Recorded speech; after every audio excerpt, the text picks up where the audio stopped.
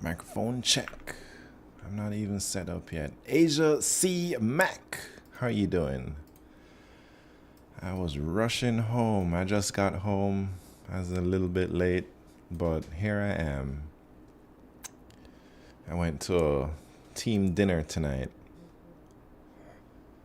So, busy at work? No, not. I wasn't busy working. I was just busy chilling with my coworkers. Bet Simp 2770. Is that new all-time highs? What are you trying to say? That's crazy. Let me check my stuff. Did my rating go up? Oh yeah, went up a little bit. Got plus 20. Very nice, very nice. But BetSimp 2770. Do you have a goal? Like, are you shooting for top 100? 3K. What's 3K? Let me look real quick. 3K seems far away. That's a lot of grinding. Because isn't it like every 100 points, it's like so much harder to get to the next. How do I see everybody? I just want to hit it once. Yeah. I feel you, man. Let me see what top 3K will put you under. Oh, it doesn't even tell you these people's ratings. Let me see, number 50. Ooh, 32.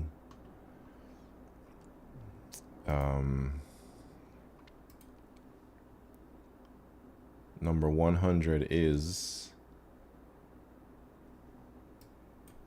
58. So you gotta be basically top 200 or something.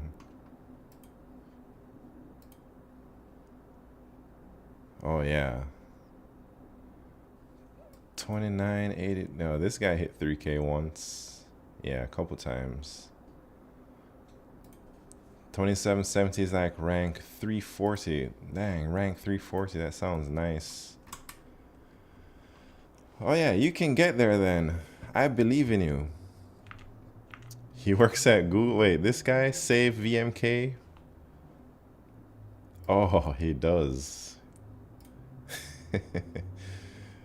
Dang, created instant weather maps website and app, participated in 2017 ICPC World Finals.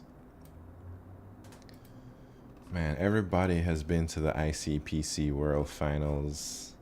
It seems there's so many of them. Get his LDAP, asking for some tips. Like, hey man, you got any tips? Tips for me? Asia C Mac, how are you doing? What's been going on? Anyways, what should we do? Busy with school. Oh man. Well, hopefully it will be done soon. Heading to LA in March? That's like next week. You mean like spring break? L.A. Oh yeah, that sounds exciting. All right, LA in March. Should we check out the daily problem? Oh shit, I forgot to do. Yes, I was trying to do the daily problem every day. And I forgot to do yesterday, man. Anyways. Any birthday plans? I just did my birthday plans. I just went out to dinner with my coworkers. But I guess that was just like a work birthday thing. Me and one of my coworkers share the same birthday. So we just went out to do... Where'd I go? Went to a... ramen spot. Strike on, bro. What's happening? Yeah, I went to a ramen spot close by where I am. It was good. I had some Pizza ramen. I didn't even know it was a thing. But somewhere had pizza ramen. And it tasted really good. It tastes just like pizza, but ramen.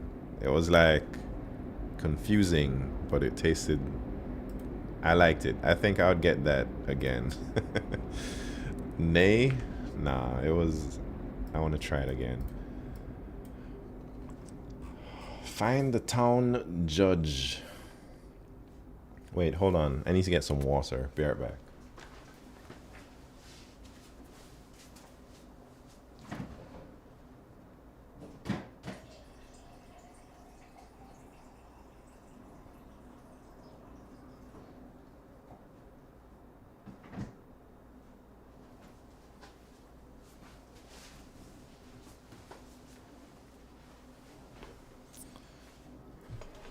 All right, here we go.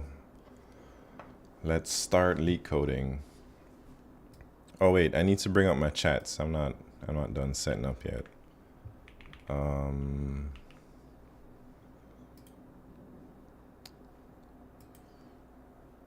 always forget, man. There's a YouTube chat that I always forget to look at. I gotta bring it out twice.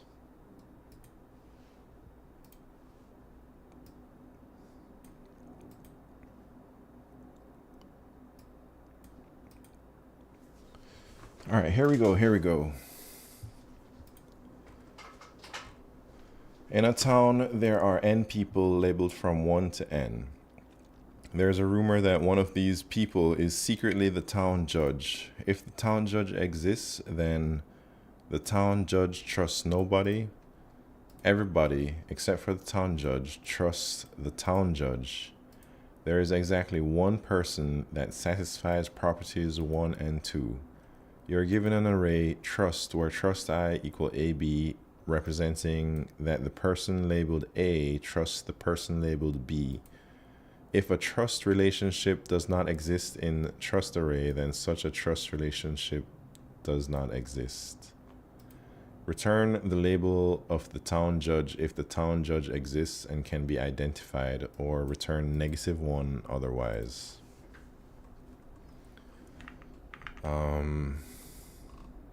It's an easy problem, they say. So the town judge trusts nobody, and everybody trusts the town judge.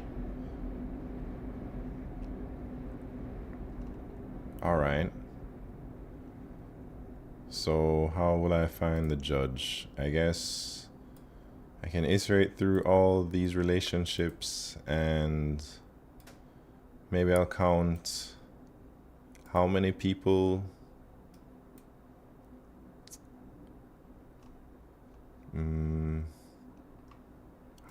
trust each person, and then how many people each person trusts. I think. Let me try that. So what should I name these things? Like trust. I'm gonna say in trust and out trust. Does that make sense?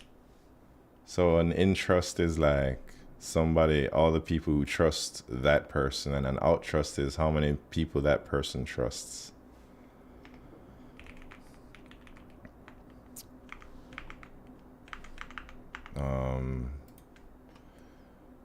Our fire, what's happening? I remember doing this one, but have since forgotten my solution. Yeah, I think I've done this before too. I also don't remember what I did, but I don't think I did this, whatever I'm doing right now.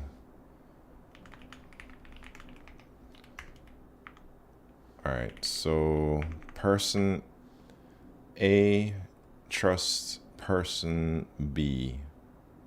So what does that mean? Person A trust person B. So in trust,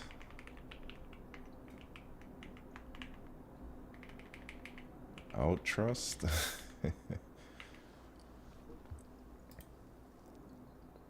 I don't like these names. What can I name them differently? How many people? Incoming trusts. Outgoing. It's like the same thing, I guess, but just a bit longer. So what we're looking for is we're looking for n-1 incoming trusts and 0 outgoing trusts, right?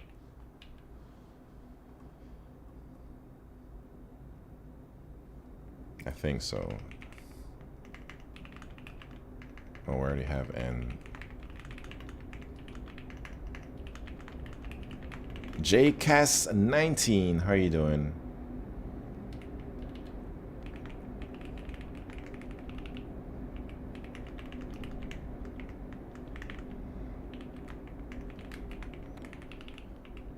Good. I'm also doing pretty good.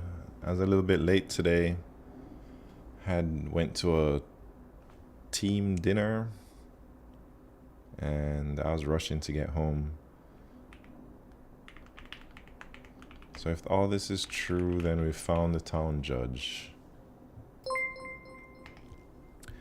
Barreled out. Thank you very much for the follow. How are you doing?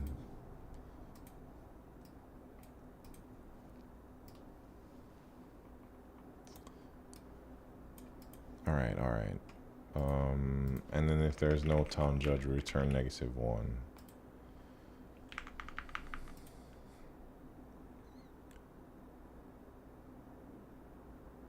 Google dinners actually blow? Wait, what? What do you mean? Wait, where's my chat? Right here. You mean like the cafeteria dinner? Nah, I don't. Well, maybe. I eat there all the time, so I'd say the dinner is okay because I just get the grilled chicken and rice. I'm not looking for anything fancy. So I don't mind the dinner. But it's not like that crazy though. It's not like fancy food. Betsy worked for Google. BetSimp used to be at Google maybe a year ago or something. I don't even remember. I like free food, man. So yeah. Team dinner, I thought, wait, man, why is the thing scrolling when... All right, how come it scrolls to the thing? Did I do something wrong?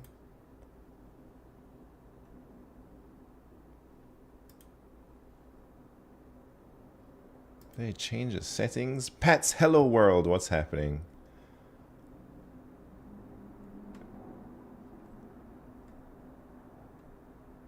Why? Am I tripping? Why does my thing... Something ain't right, man. And it's bugging me. Okay. Now it's working. I was trying to read a dang message right here. Team dinner, I thought you get free meals at Google. Yeah, we do, but if you want fancy food, that's not the case. Wintern season? What does that mean? I started learning how to code last December and I have recently started data structures and algorithm courses. Barreled out. That is exciting. So you're still new to programming, 2-3 months in, already starting data structures, algorithms. That is very nice.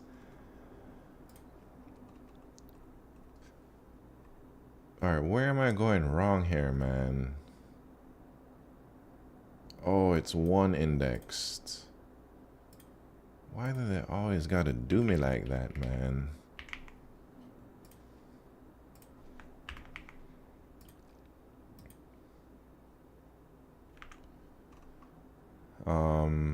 I'd be glad with not having to cook. Yeah, it's a nice perk.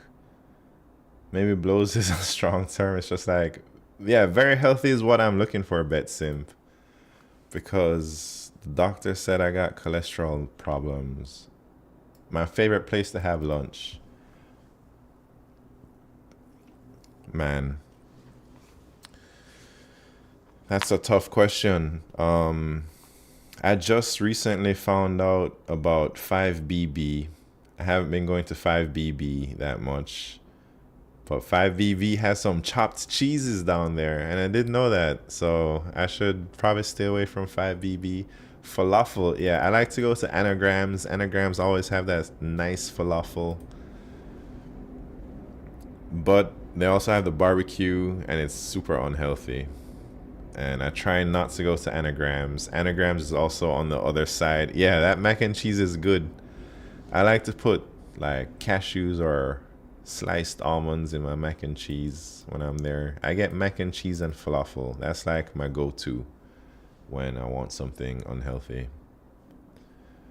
But I normally go to Hemispheres because it's right there and they have the grilled chicken station. 11th place is La Place. 13th is Domain. Domain I used to go to when I first got here because I really enjoy those burgers. But since my doctor said I gotta watch my cholesterol, I don't go to Domain anymore. Yeah, Domain got those French fries too. I gotta stay away. For those of you who don't know what we're talking about all the cafeterias in Google, New York. Yeah, their hot bar. Yeah, I guess Domain is supposed to be like an Italian place that serves hamburgers also, but also like pasta stuff. Anagrams has like food from all over the world. I've never had their pho, actually. La Place is always too crowded. I don't go there. Hemispheres has like Caribbean food usually, or South American food, I'd say. So I like Hemispheres a lot. Sometimes there's Jamaican food, which is okay, surprisingly. But I think I just found out something cool. I don't know if anyone here works at Google. Maybe I'm giving away a secret. At Panorama, usually there's a long ass line to get food. But it's a little known secret that you don't have to wait in line. You can just sit down at the table by the chefs. It's like a bar type seating, and it only has like 8 seats on either, or 5 seats on either side or something. And usually it's pretty empty at those seats. But if you just sit down there, you can skip the whole line and the chefs will serve you directly, like at the bar. And I just found that out like last month. So I've been going to Panorama a lot just to get that service from the chefs.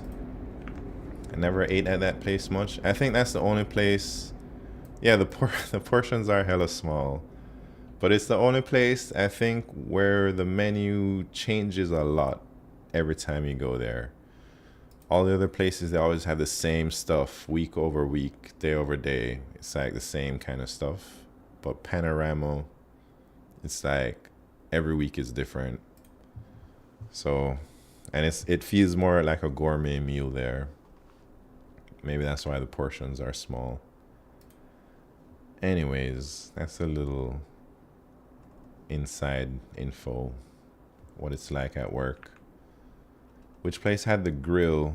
Hemispheres has the grill. That's where you go for dinner also. Anyways. Wait, what? Hemispheres is the only place. Yeah, that is Hemispheres on the 8th floor. Yeah, man, it's been too long since you've been there, BetSimp. You're starting to forget everything. All right, what should we do? What are y'all saying? I think Laplace and Domain had a steak grill.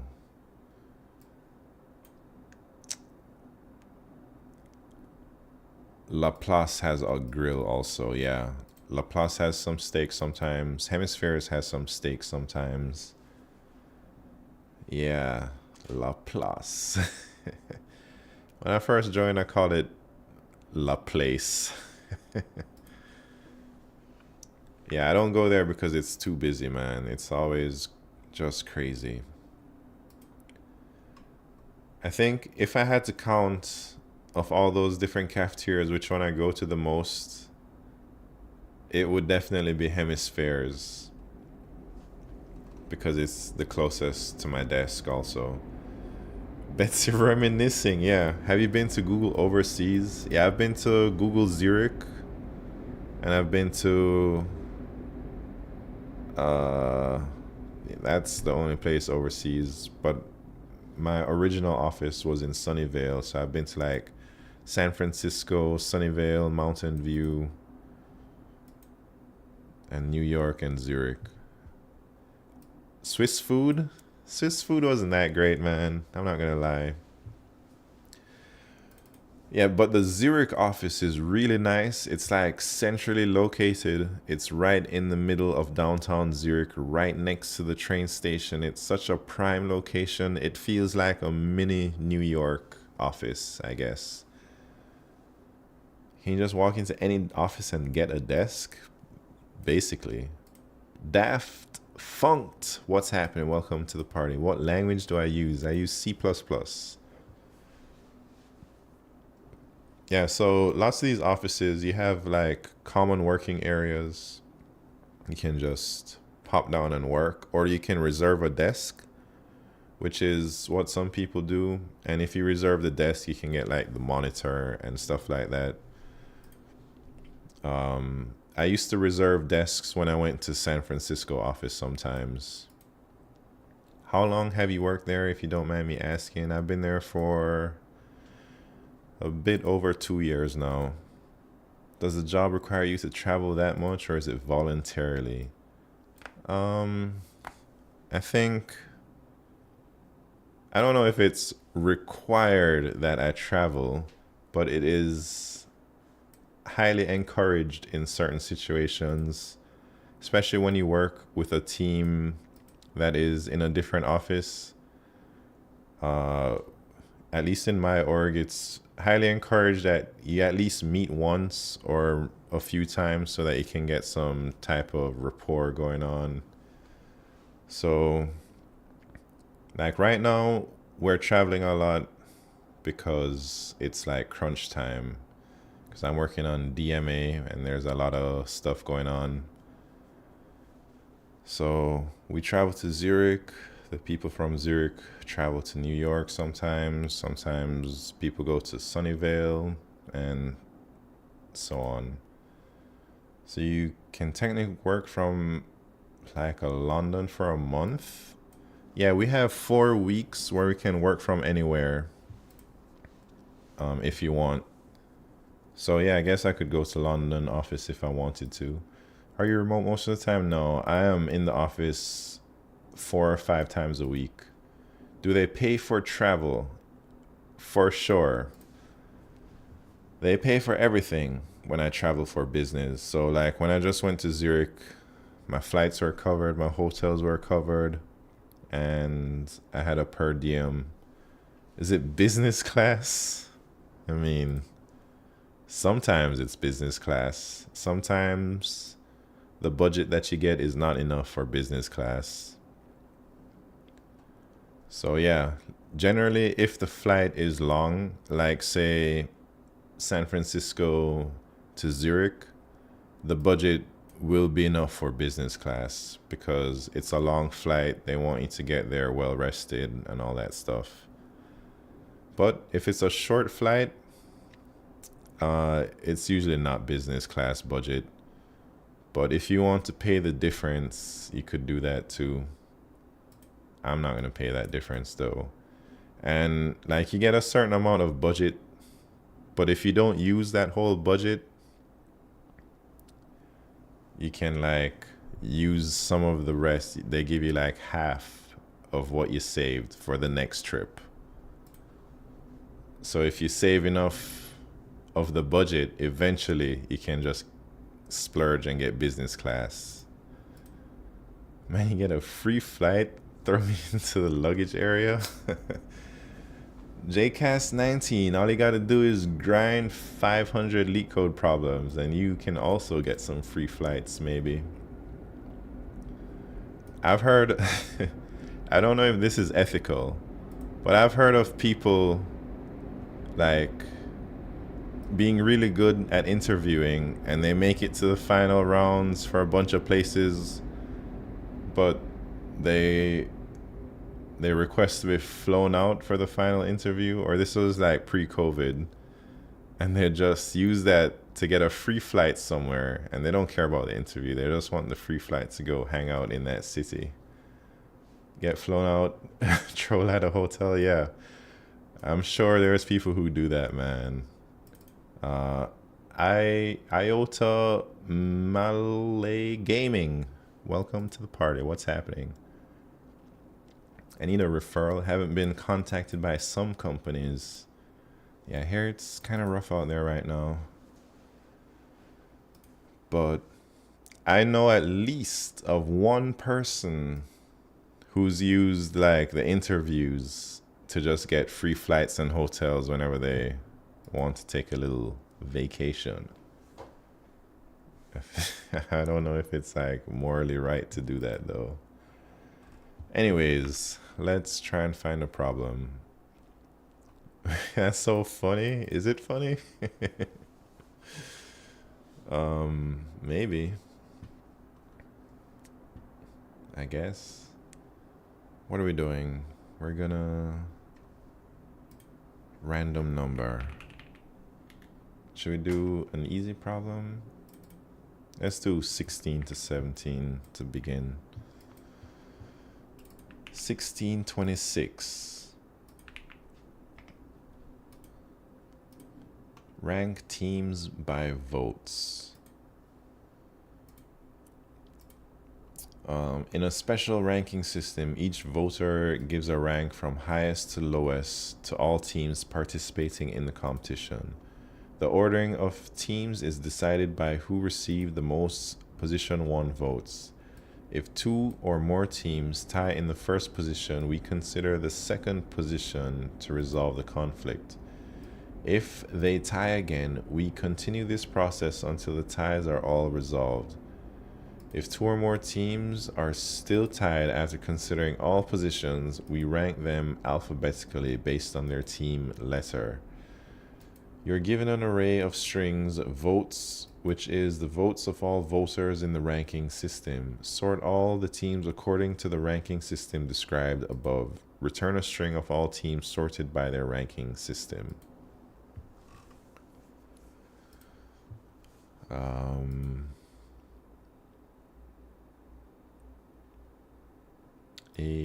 Okay.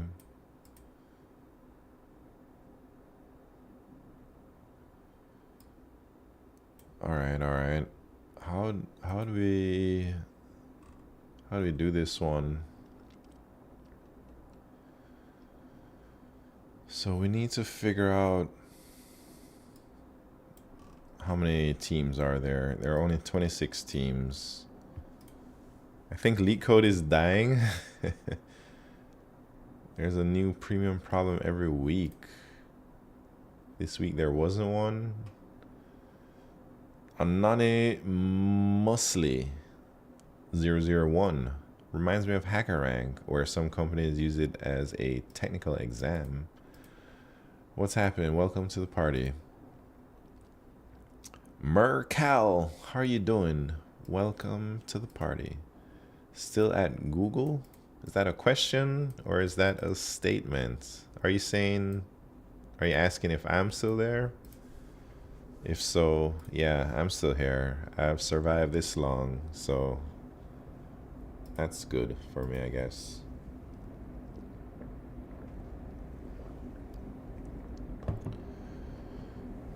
All right.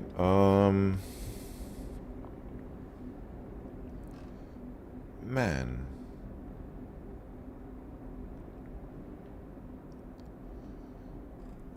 I don't even know where to begin. How do I count everyone's votes? That's what I'm thinking of. Like, do I do like, I'm thinking maybe some type of map to a character and like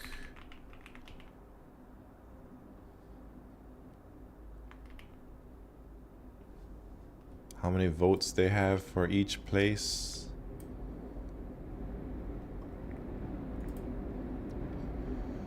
And then if I iterate through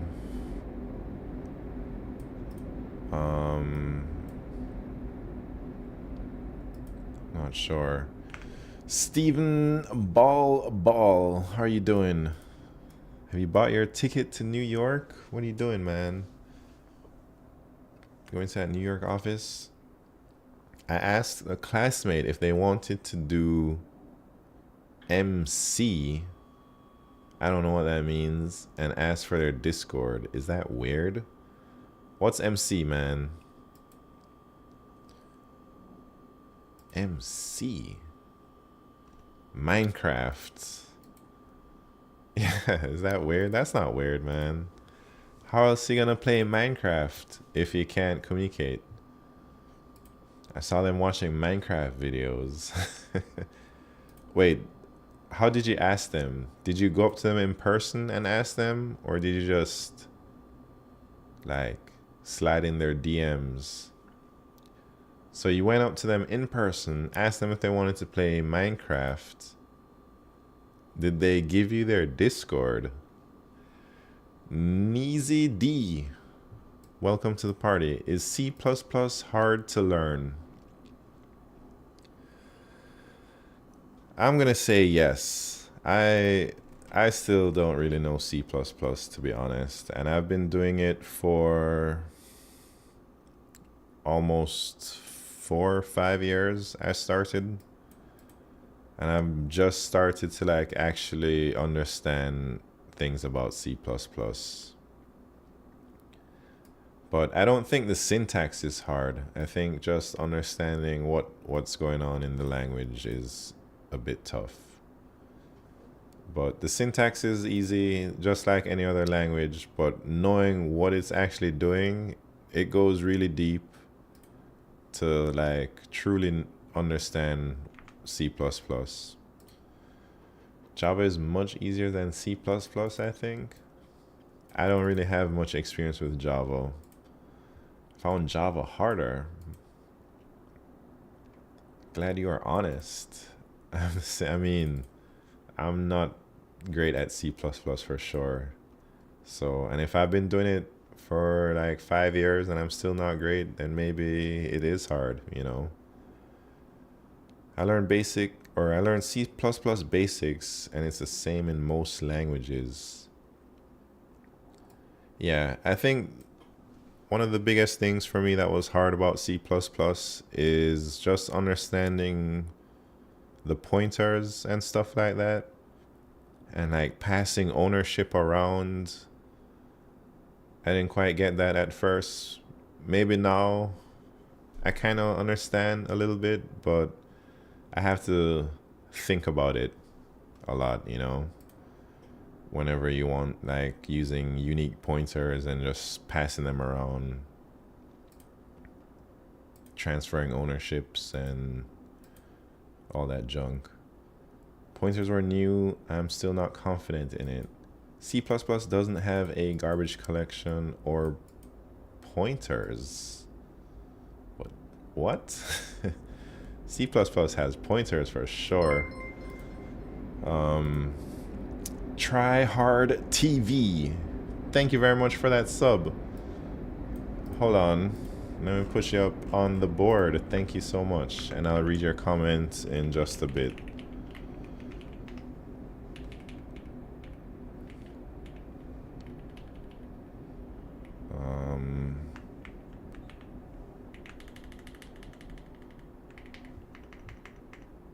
Try Hard TV. Thank you so much.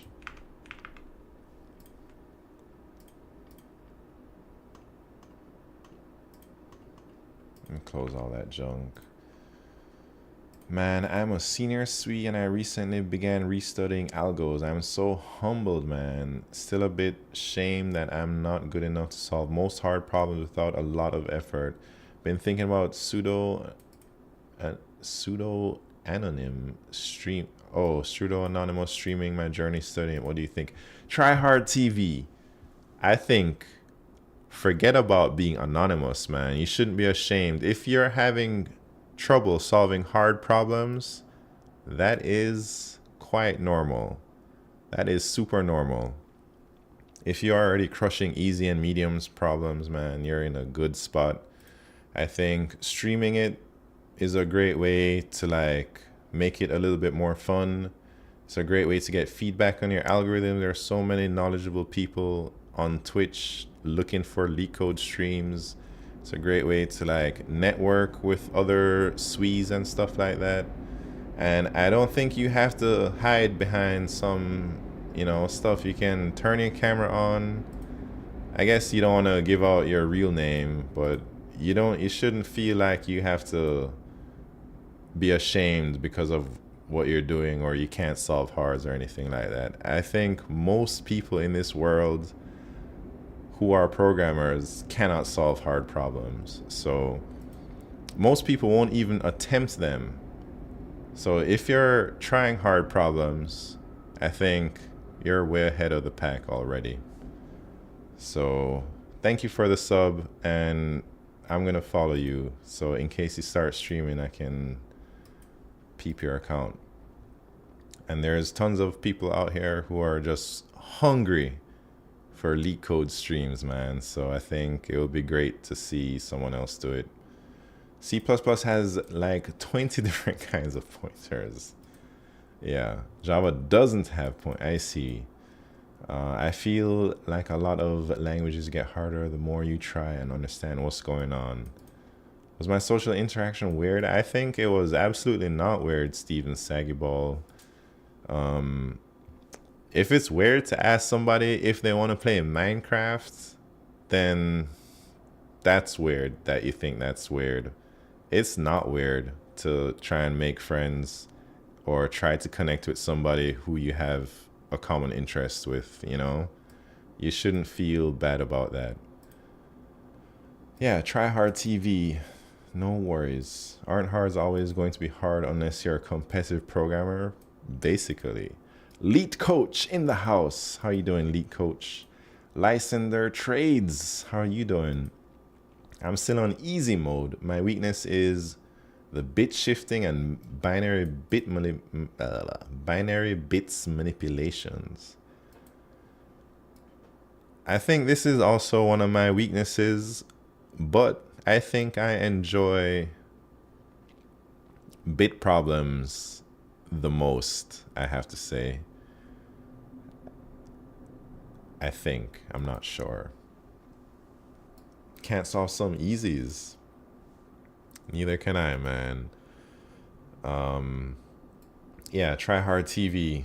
I hope to see you out there soon, man. I'm a software intern at some medical company, and some of the easy LeetCode questions got me smashing my face into the keyboard. Strike on, bro.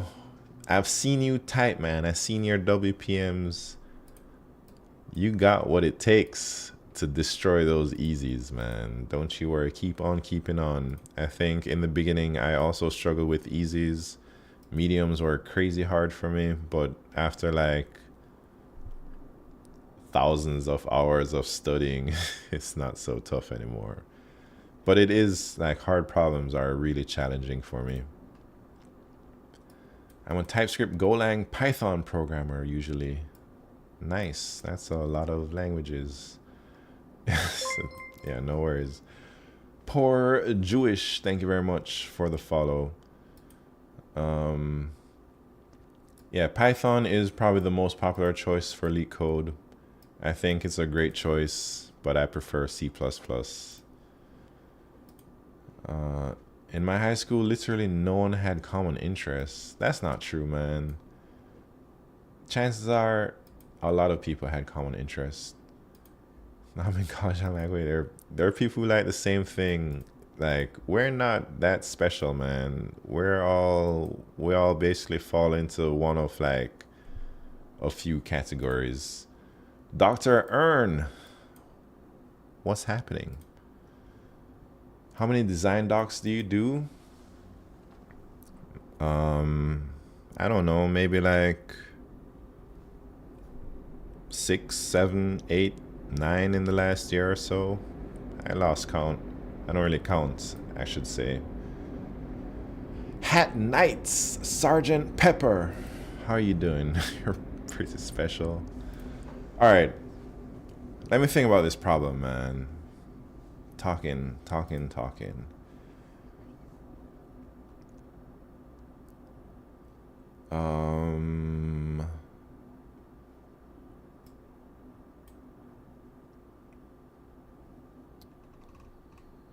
Well,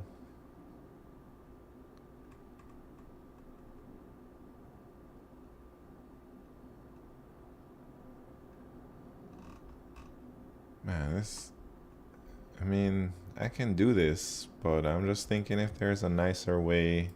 I guess we don't need a map since there's only 26 letters. It could just be a vector int or something. RFCR, thank you very much for the follow.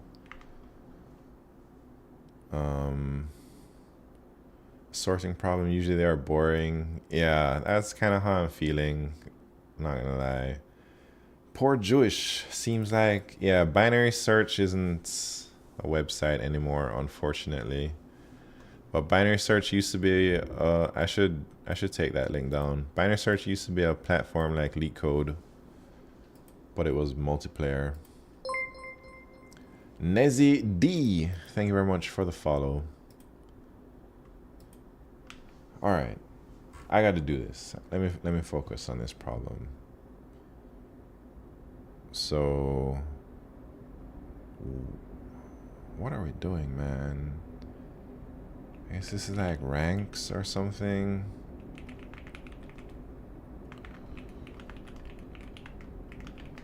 So we go through all the votes and then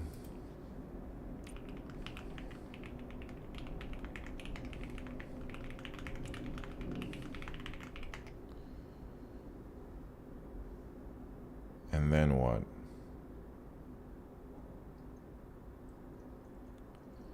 This is gonna get trippy for me. Tulka's codes. What's happening, man? I feel like it's been a long time. I know maybe this stream time isn't in your time zone, but I'm happy to see you around.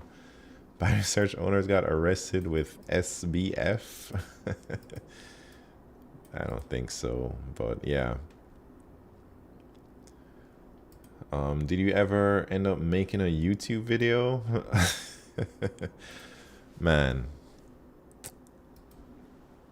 I haven't done any YouTubes, but I'll get around to it, man. Don't you worry. This weekend, I got somebody coming here to be my cameraman to take a bunch of videos. So we'll see. RFCR. Mind explaining Simon in your username midnight? Sure. Got it from my mama. Zombie killer whale, how are you doing? I've been very productive recently. You should follow suit. Got my driver's permit. Oh man, you got your permit. How exciting. 24 ways to go. All right, man. Here's what I need to do right now. So this is the team. So we need like ranks I, and then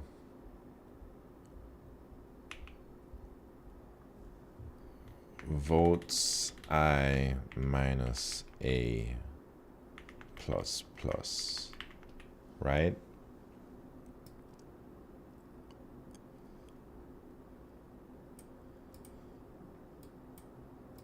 And that's like how many rank.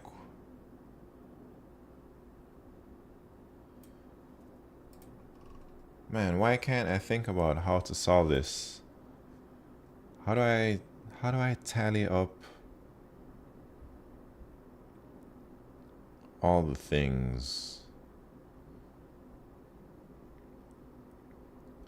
Is this the way? Let me just give it some more thought. Maybe I can come up with a nicer way. Should I have... Can I sort...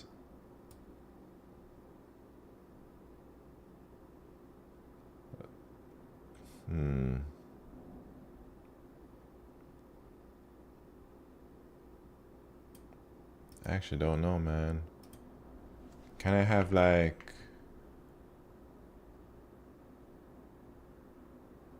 Can I do it the other way? Like that?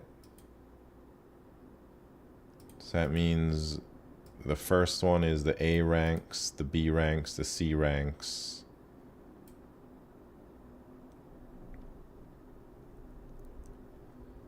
And then...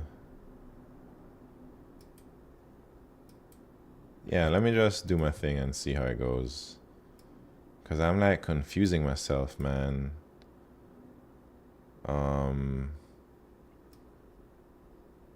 So, yeah, this would be like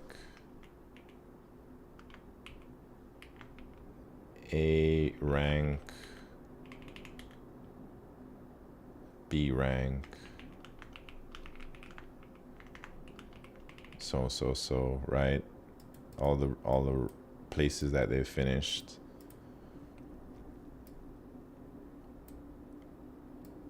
So that would be that. But then I have to get my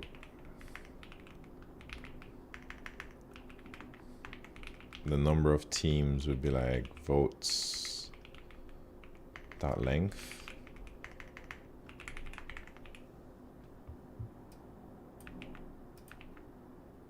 And then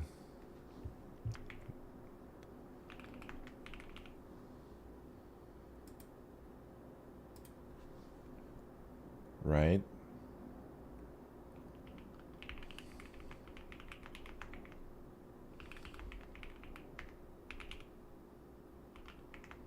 Something like that.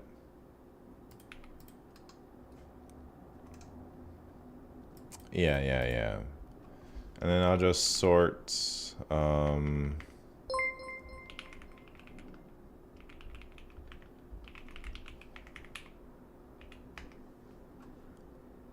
UJS Tor. Thank you very much for the follow.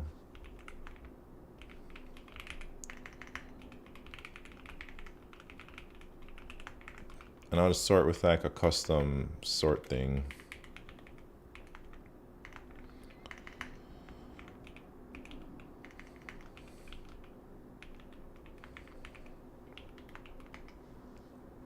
How do I sort that, man? You need a map because you're not guaranteed to get the first letters. Oh, man. You're right.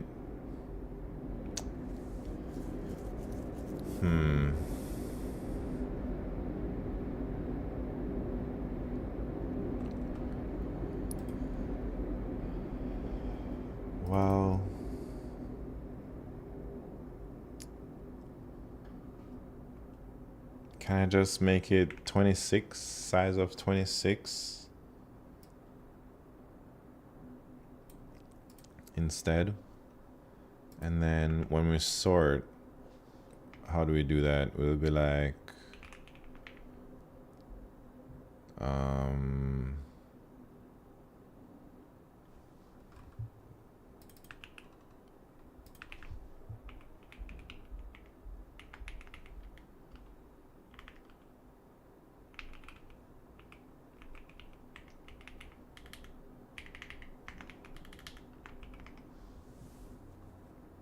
while these ranks are equal,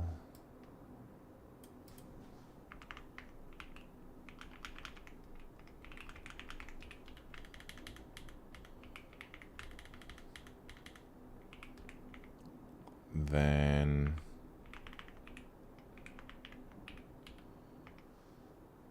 do that, but then how do I know if we've gone to the very end?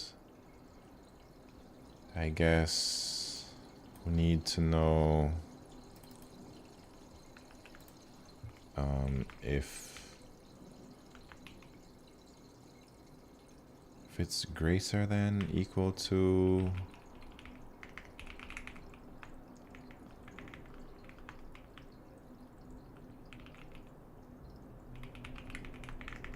if they've gone out, if they're like equal at all ranks, then we should just return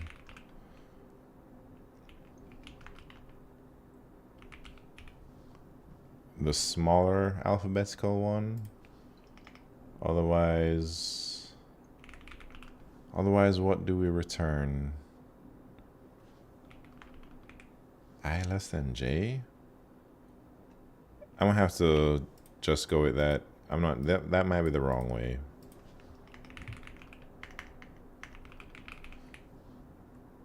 Well, maybe I can't use this word final.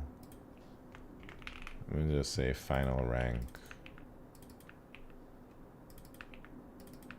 I don't know if I can, but it highlighted it weird right there. What does the rank do in vector int rank? Uh-oh. My thing ain't right. Hold on. The ranks thing, that's the name.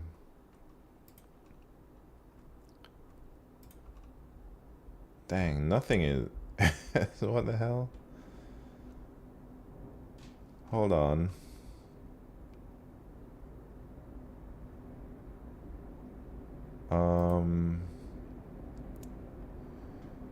What the hell is happening?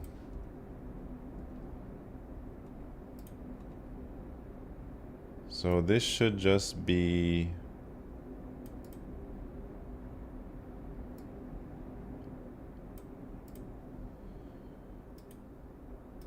oh, wait.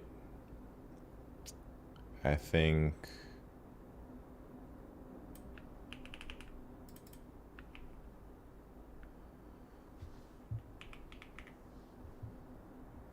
we gotta be like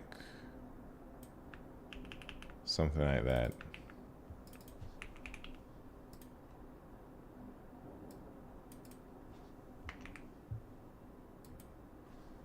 And this should be, I'm not confusing myself with this dang sorting thing.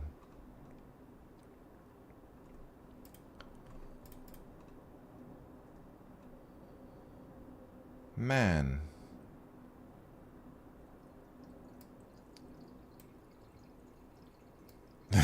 This ain't right for sure.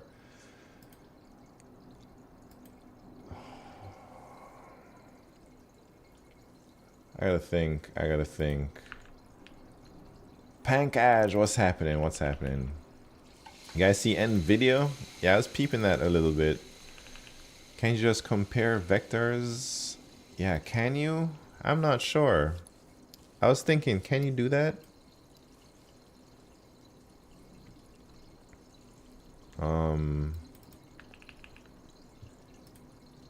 So then I don't have any of this, I don't need to do any of this junk. I can just say, well, let me comment it out, even though it's completely wrong. So I'll be like, if ranks left-hand side equal ranks right-hand side, then return that. Otherwise, we want to return that, maybe.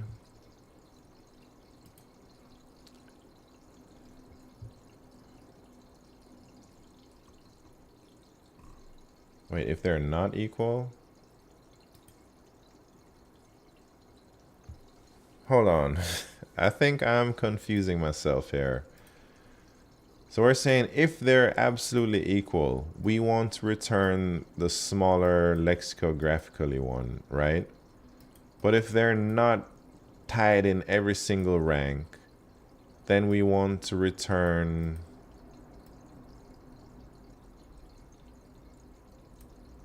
oh, I think I have these swapped.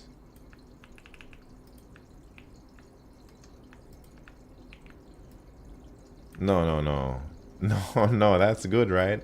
If they're tied at every single rank, we return that. Otherwise, maybe we want that the other way.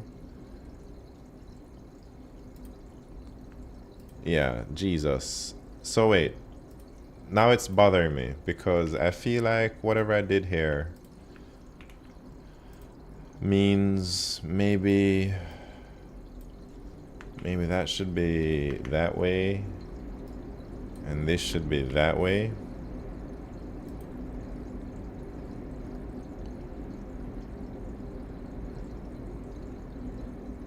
All right, forget about it, man. I'm ready to move on with my life. And dang, I have to rename some variable. I'm ready to move on, man. Jesus.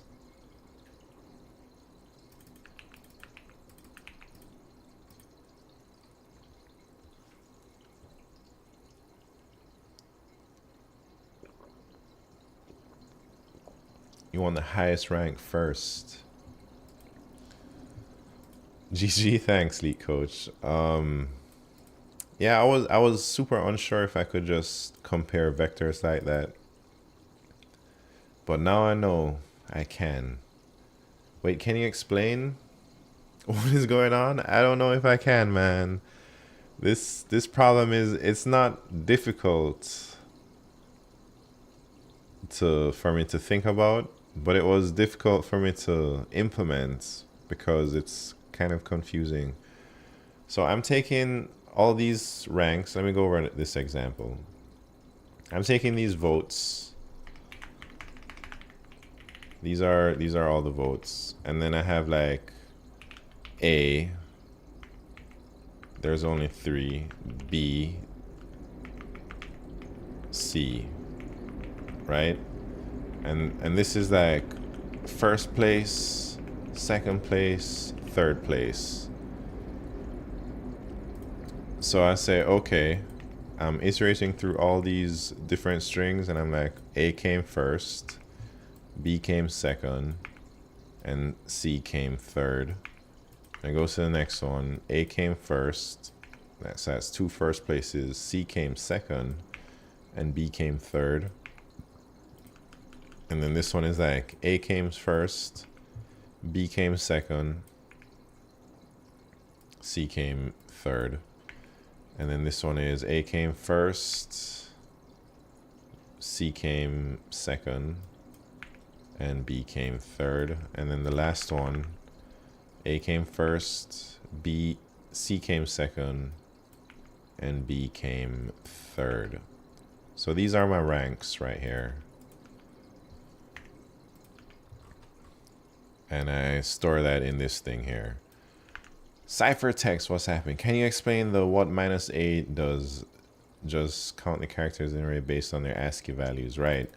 So this is taking their ASCII value, votes I as a current character, and I'm subtracting the ASCII value of A. So in an alphabet, A, B, C, D, E, F, G, or whatever, right? So if we look up ASCII table or something, and then we see A is, which one is it? 65.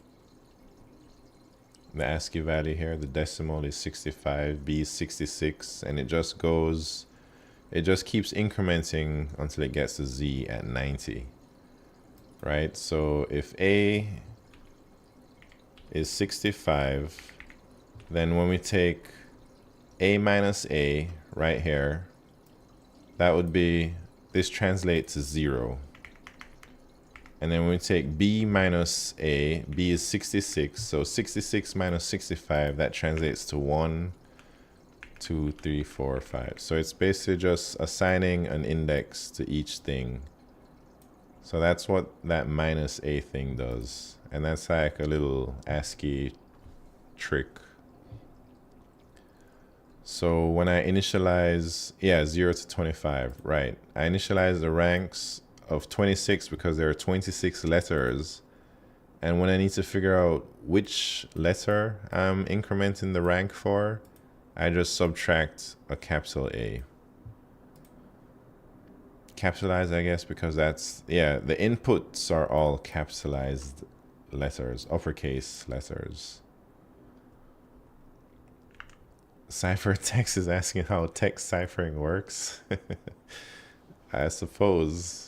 I was thinking of a map of char to float, but I was having trouble sorting the character based on the float. Float also might not be able to store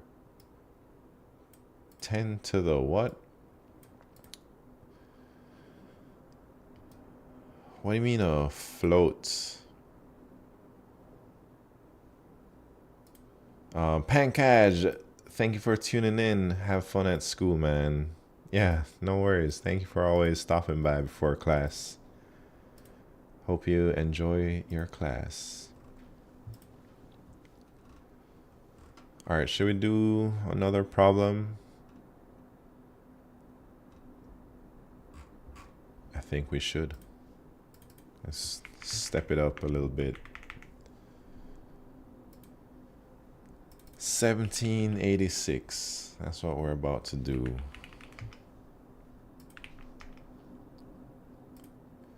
Minimum cost for tickets. All right. You have planned some train traveling 1 year in advance. The days of the year in which you will travel are given as an integer array days. Each day is an integer from 1 to 365. Train tickets are sold in 3 different ways. A 1-day pass is sold for cost $0. A 7-day pass is sold for cost $1, and a 30-day pass is sold for cost $2. The passes allow that many days of consecutive travel. For example, if we get a 7-day pass on day 2, then we can travel for 7 days. 2, 3, 4, 5, 6, 7, and 8. Return the minimum number of dollars you need to travel every day in the given list of days. I remember this problem. I've attempted it multiple times. Oh yeah. Many, many times over the years. Even the last time I had, that was only a year ago. And I had some troubles, so let's see if I can do it this time.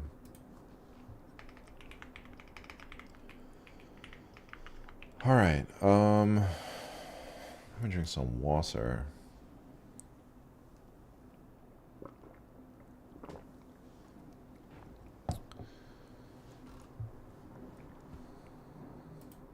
All right, y'all ready?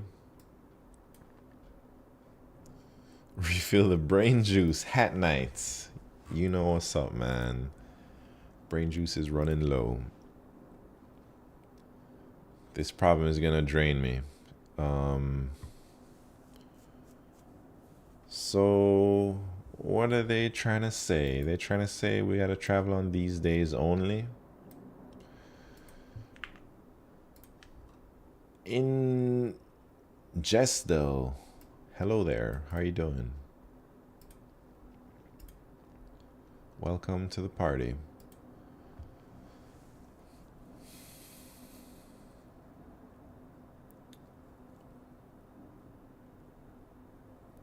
What? All right, let me think. Also, hold on. I've seen something here. I thought based on where A is located in the string, I can just add decimal points to my map char float. So one time A in first place, one time A in second place. What? Map A equal 1 plus. Oh, I see what you're saying, Tapas. I think. But what happens if there's like, what happens if A gets 1,000 first places or some, or B gets 1,000 second places or something? Then like it starts to spill over to the next rank, you know. Ready to see your progress? Oh man. Yeah, 1,000 second places. Yeah, imagine A gets 1 first place and like 1,000 last or 99,999 last places, but then B gets 1,000 second places. Then you're gonna have B ranked higher than A with that. This only goes up to like 10 ranks probably, or 9 ranks, or 9 votes. Anyways, let's see.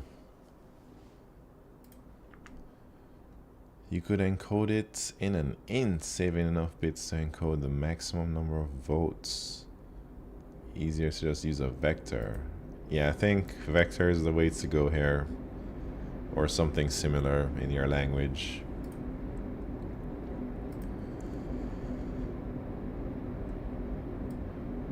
All right, so for sure this is a DP problem, and it's kind of like a take it or leave it type of problem. But I gotta figure out, how do I set my states up and all that junk. So it only goes, all right. Please share the exercise. Oh, for shizzle. There's a problem. All right, so it's a DP. We're gonna have maybe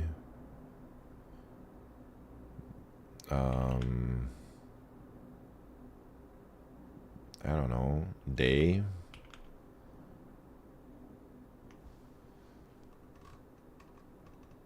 There's only 365 days.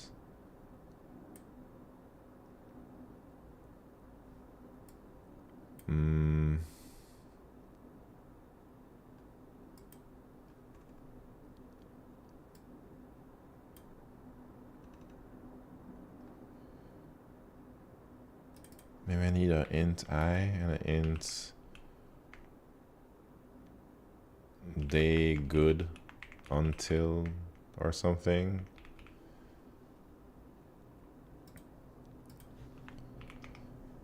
And then, so maybe we start that off with like,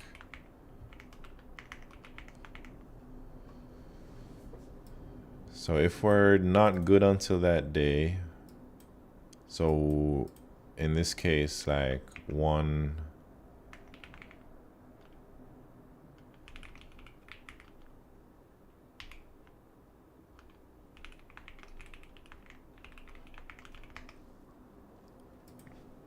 so that means like if our ticket runs out, basically, then we gotta buy a ticket, and we have 3 choices when we buy the ticket. We can either buy a 1-day pass, a 7-day pass or a 30-day pass.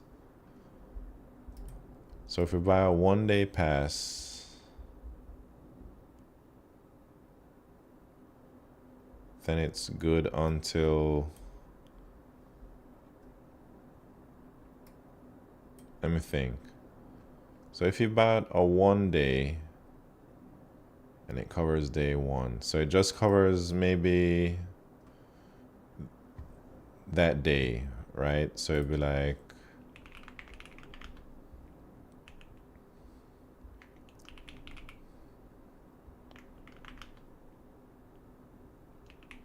and then we go to like I+1, and then the day good until would just be days I in that case, right? Seems like a greedy algorithm type problem. Greedy. How would it, I don't know the greedy part. I'm not good at greedy stuff either. If we bought the 7-day, it would be like cost 1 plus DP, and then you move on to the next day, and the day that you're good until is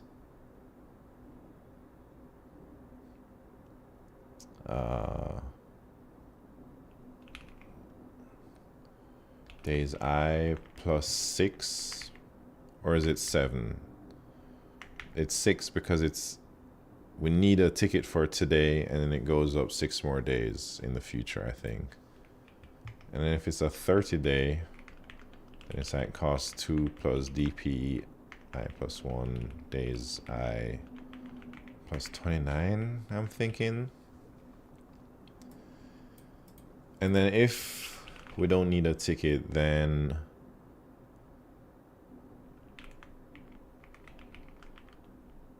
it's just DP I+1.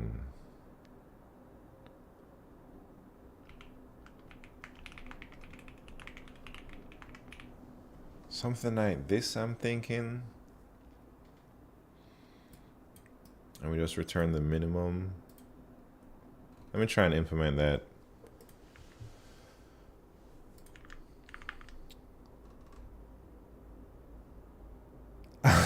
Oh, I don't know what kind of name is that. Is that Lamb Wizard IRL, or is it I Am Wizard IRL? Welcome to the party. Pineapple pizza, huh? How are you doing, Wizard? Hope you enjoy your time here. Hope you like pizza. Low Road Sim Racing, thank you very much for the follow. All right, let me implement this idea. We'll see if it works. So, oh man, I should be using lambdas, right? I Am Wizard IRL. Thank you very much for that follow. So let me try this lambda stuff out, man.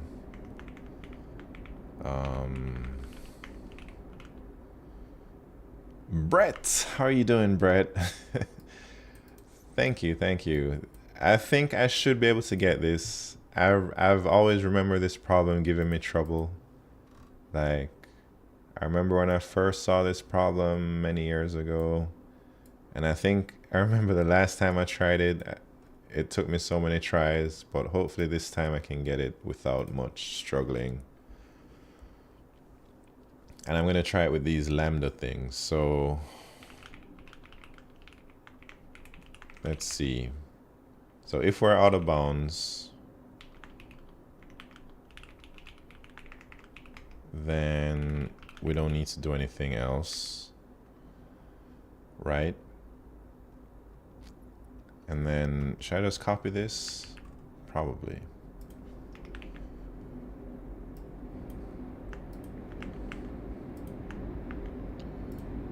So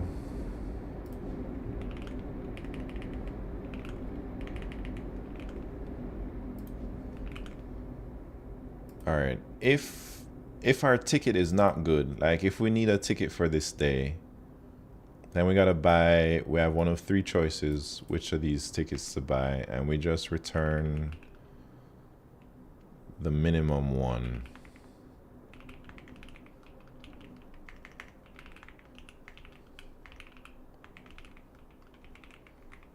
Right? And then if we don't need a ticket, we just return. I don't even know why I typed that out, because I could just return DP, that stuff. But it's all good. Is that it? Let me think.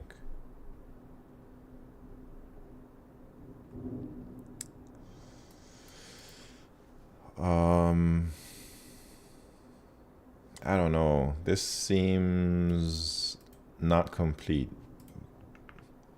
Should I build my cache now?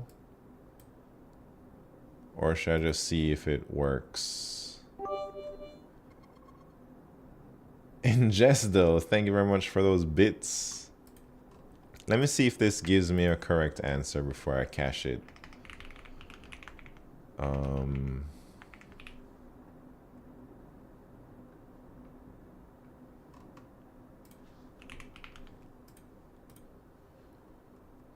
Let's see.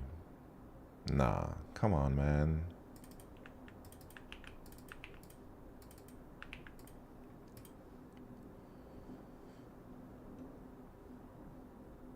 Jesus.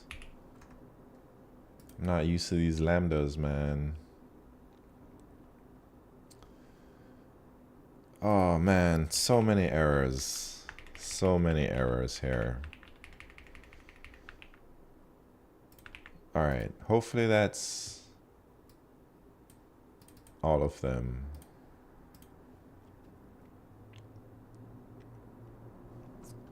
All right, that's looking good. So maybe I should just add a cache real quick. So I guess the cache should be on maybe I'll do days size. So which one should go on the outer one? The smaller one goes on the outside one.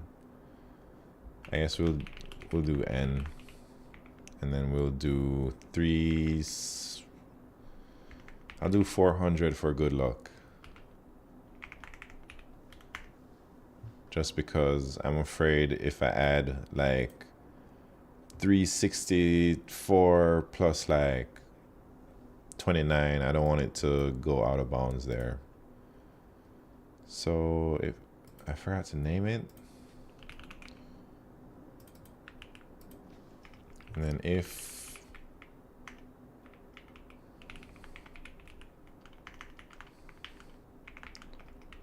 that is there, then we should return it.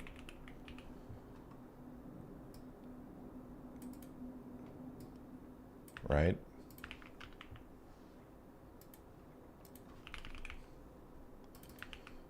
Man, what am I typing today? All right. Will that work? I don't know, man. Oh, that worked. I'm actually a bit surprised. Maybe I am getting better. Because lately I just really feel like I've stagnated and I'm not getting any better. But maybe I do have, maybe I am progressing, you know. I want to see what I did last year.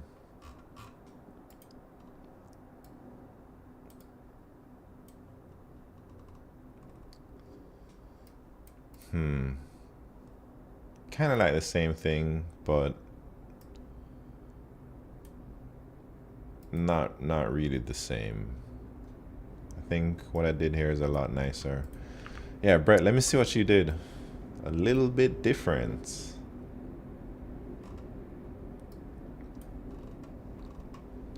What the hell is this, man?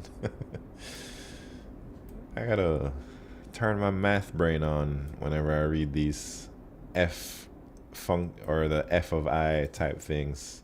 So you make a set of all the days.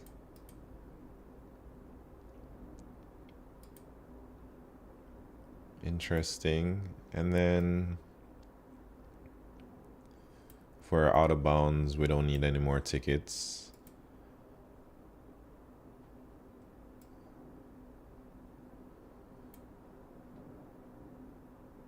I guess I is like the current day that we're on.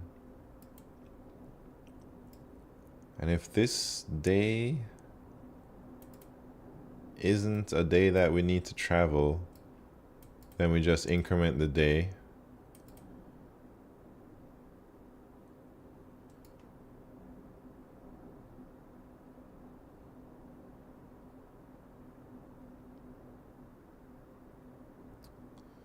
Oh, I see. So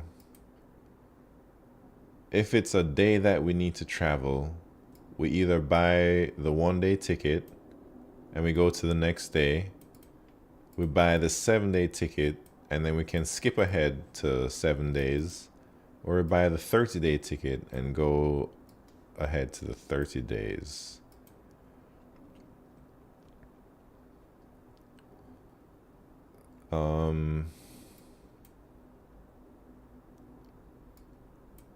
So time complexity wise, I suppose this is more optimal, Brett? Or because it's like you're only changing this I, so it's like only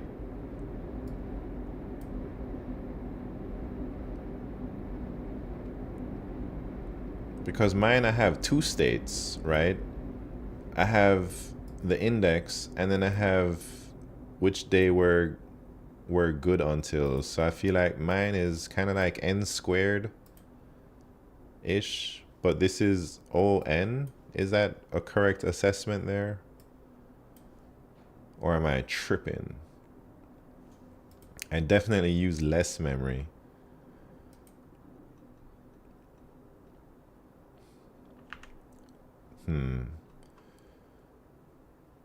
Yeah, yours is on, I think, for sure. And I wrote like an n squared thing. So perhaps mine isn't optimal.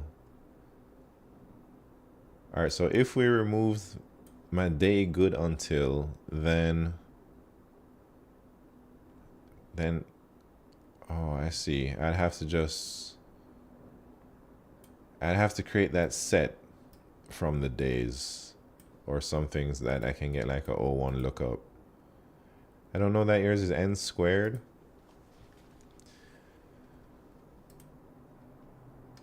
Well, I mean, based on my cache though, I don't know, maybe my time complexity analysis is wrong. I'd think it is O of 365 and days length or something. The cache is big, but do you touch it at all? Do I touch it at all?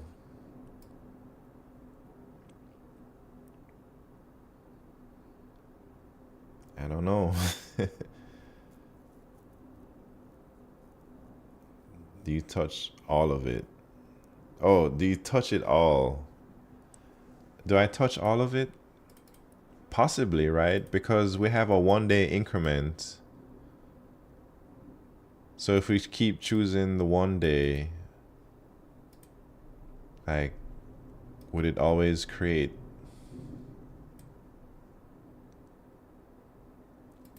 that many days good?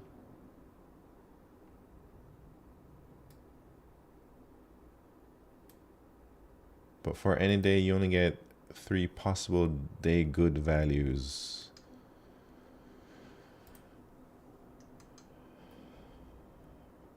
I see what you're saying.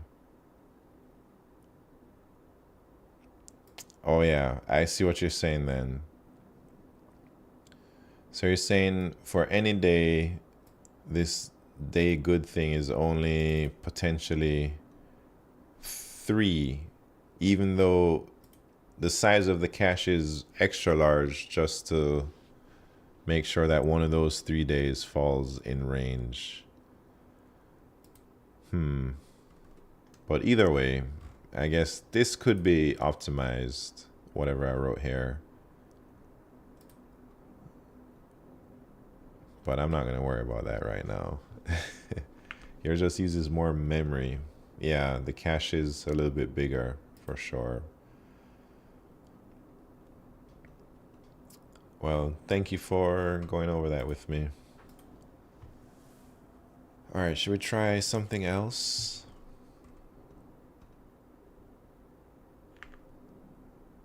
Basically, yours is n squared.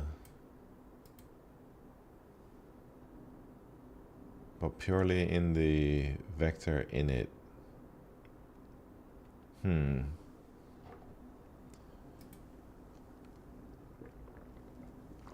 guess it's a bit tricky to analyze time complexity for me still.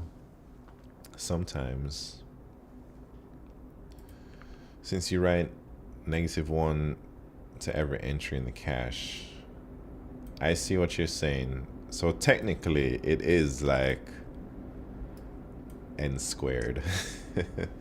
So I'm not wrong when I say this is an n squared algorithm, but maybe not quite like a true n squared. All right. Thank you for diving deep there. Yeah, first try. Yeah, I'm surprised. Like, it took me a lot of tries the last time. All right, what's next? We're gonna step it up a little bit. 1800 to 1900s. 1878. Icy Black Deep, how you doing? N squared is n squared. You're not allowed to consider constants or lower order terms. N squared is n squared. Yeah.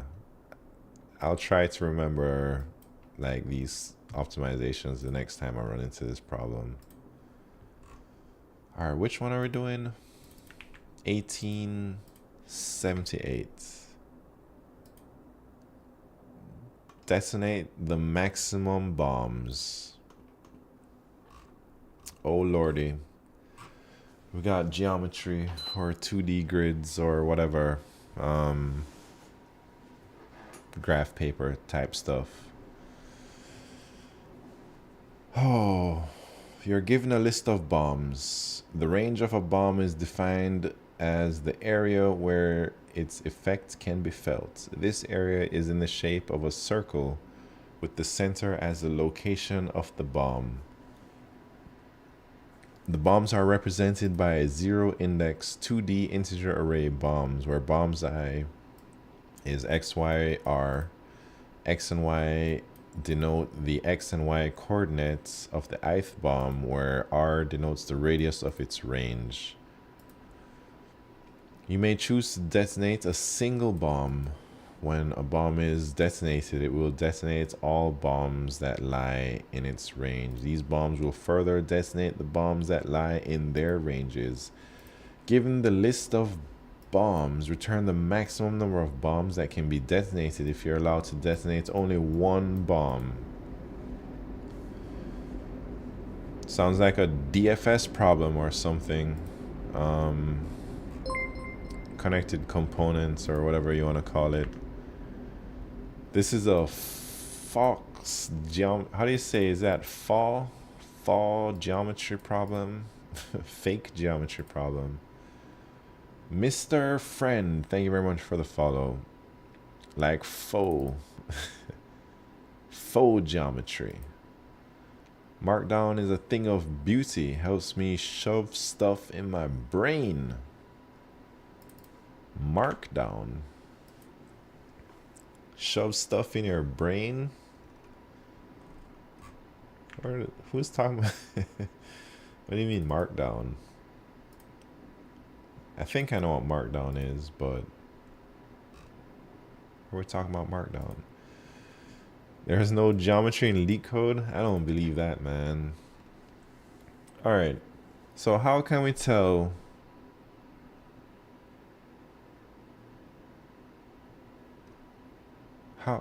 how can we tell that two things are overlapping?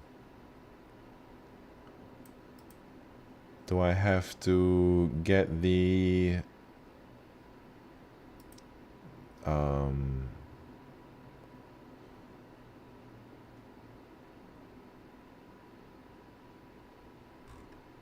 right, so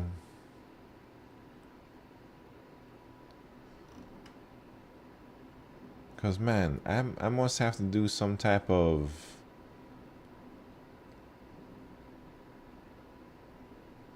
sine cosine junk, right? Like, how do I know that the thing lies within that range? Because there are, was it SOHCAHTOA? Markdown is a text formatting file. People use Markdown to write lots of math. Yeah, I write Markdown at work. People use LaTeX for math. Yeah, I think it's LaTeX for math because Markdown is just like a quick way to format something or something, right? Anyways, man, how am I gonna figure out if a bomb will be detonated by another bomb?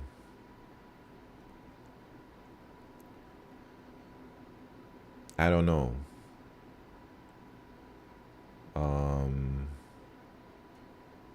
So this is bomb 0.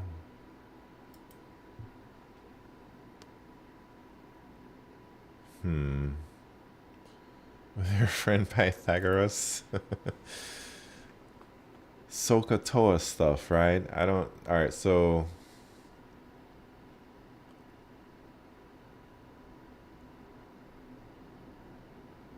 nah, I can't do this Pythagoras stuff. Let me think. Let me think. Easier than SOHCAHTOA.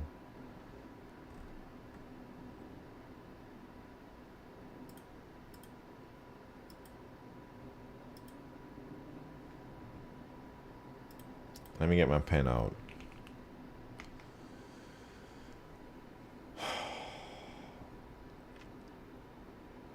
So,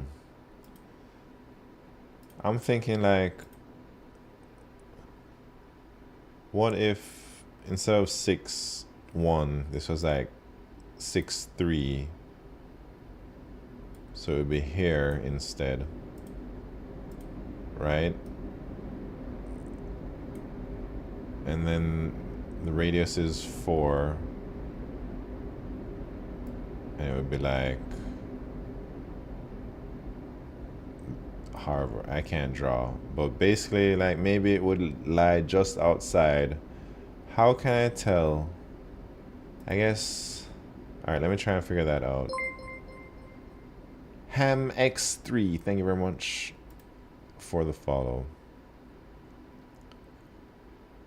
So I have to see if that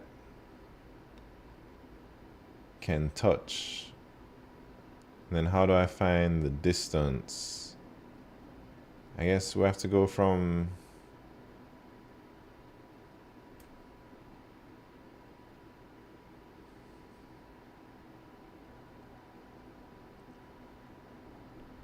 something like that. I don't know. Low road sim racing. What's happening? Welcome. A squared plus B squared equals C squared. Don't need trig. Euclidean distance. This should be old hat.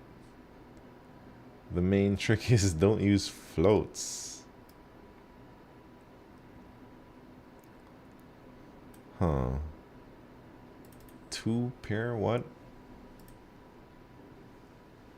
Ham X3, what's happening? Hello, found out about this category and this is the first stream I clicked. Welcome to the party, man. We're doing LeetCode problems here. If that's your jam, you're in the right spot. If it's not, there are other channels that do actual software development. I have no idea about this subject, but I'm here for it. Yeah. LeetCode is like small algorithm puzzles that they give you, and people like to practice these problems because I think the main reason is because of interviews, like tech interviews. The second reason is because it's fun. And I think I'm in that second reason category right now, at least.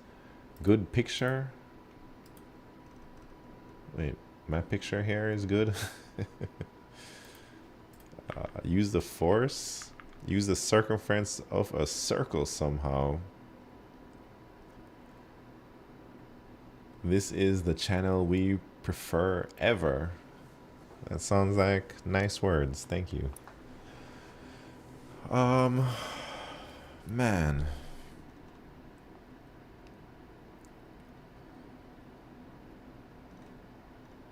So not only do I have to find out if, I guess we can do like, we have to create some type of adjacency list. So since we only get 100 bombs, maybe we can n square that to figure out which bombs are adjacent to each other. Build the adjacency list. And then go through each bomb and designate it and see and like count how many bombs that detonates with a DFS. Wait, I said the answer at the beginning. Oh yeah, so that's my idea, Brett. I think I know how to solve it. I just don't know how to implement these ideas with like the circles and stuff. I think the main part I need to figure out is how can I tell that there's an edge between two bombs, and I gotta figure. I think that's like the most difficult part for me right now, which might not be that difficult. Tao Bush, thank you very much for the follow. All right, so let's try.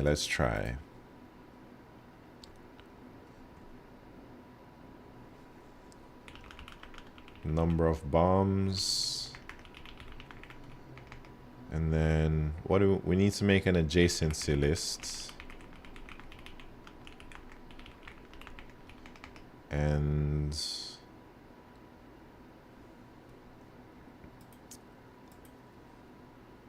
I'm going to n square it.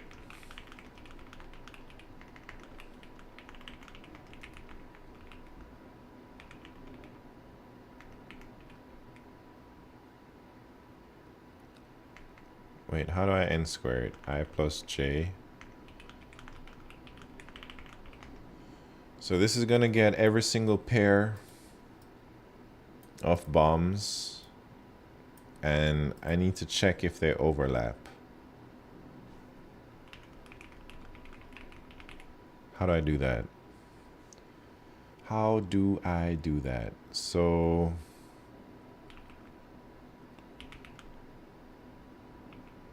I need to just have these variables right here. So x is that, y is that, j is that,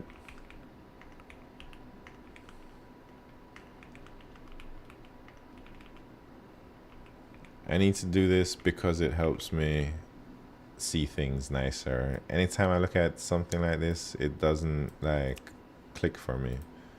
Or maybe I'd even y1 2's because i's and j's just, they look too similar, man.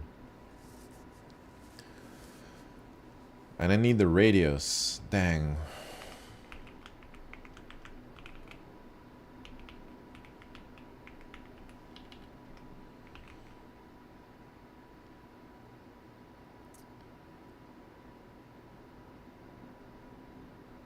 Oh. But so this is kind of like a directional graph, because a bomb with a bigger radius might be able to detonate a bomb that has a smaller radius, but it might not be the other way around, you know, like the smaller radius might not be able to reach the bigger bomb.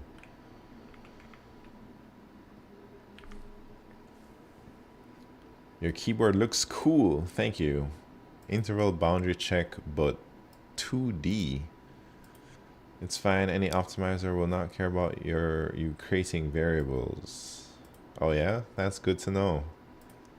Because man, I remember in one of my interviews, I did something like this, and the interviewer was like, "No, can you do this without extra memory?" I'm like, "Come on, man, that's not extra memory." And I just argued with him to just make me use a dang variable like that.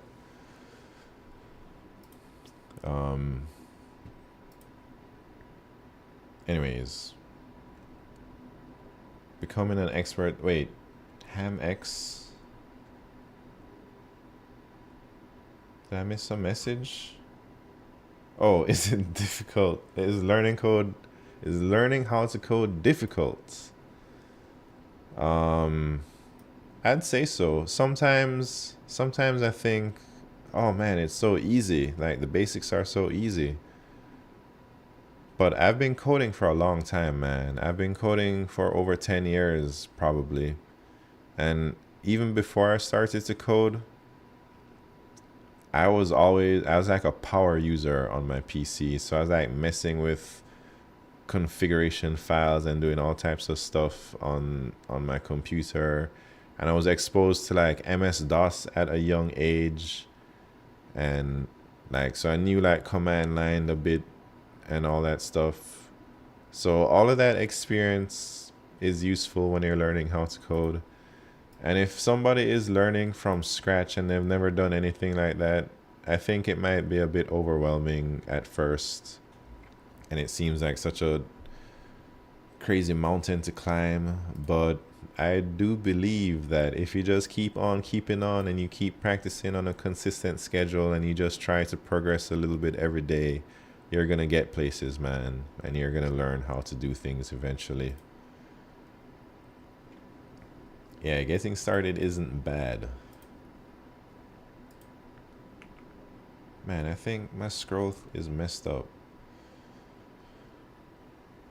A lot of people learn to code because they aren't great at math, but still want to do something technical. Interesting. I use Excel a lot for work and want to integrate other programming languages to make my job a bit easier. Interesting. I have a friend who works for a top company as a dev, and that dude never even took calculus. And I'm over here, had to take up to Calc 3 and linear algebra. Yeah, I took like all these courses too, but I don't remember anything from that stuff at night. I work as a programmer. I never went to university. There are a lot of people like this, like ciphertext.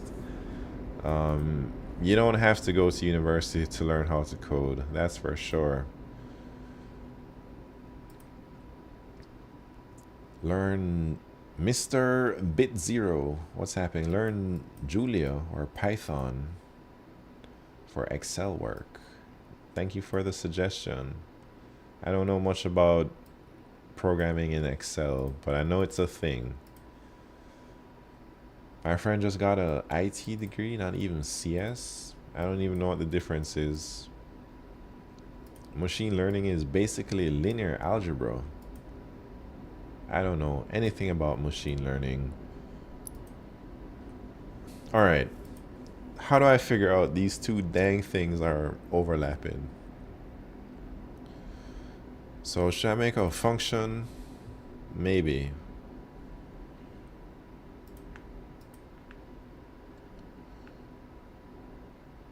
Maybe I should, huh?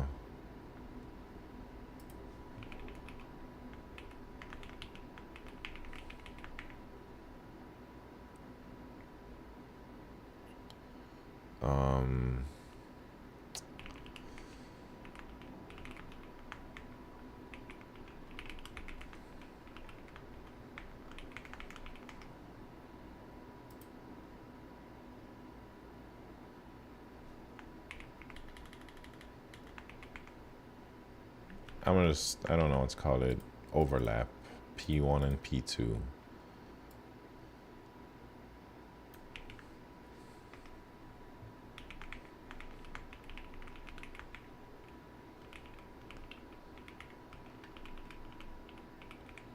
So if these overlap, and then if the other way overlaps, we should also add that.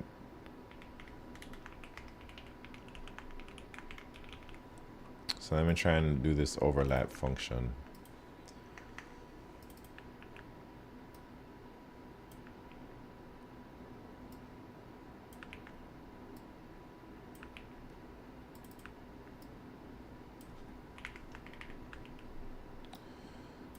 So I need to find, I guess we don't need R2. I need to find the distance between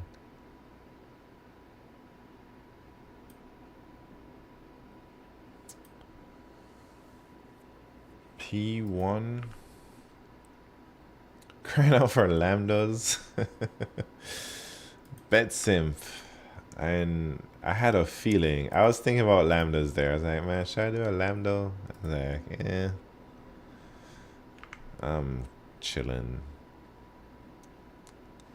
Hepta 5. What's happening? This is fine how you wrote it. Thanks, Brett. Let me try and gather my thoughts though. So I need to find the distance between something. So it's like, but do I just draw that straight line between the points? Yeah, and then I just check that the radius. Yeah. So this, I think so.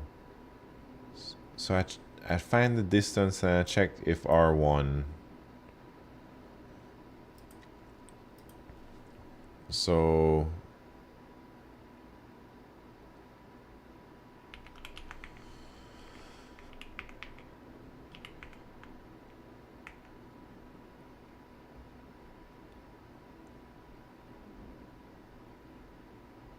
this is like a squared.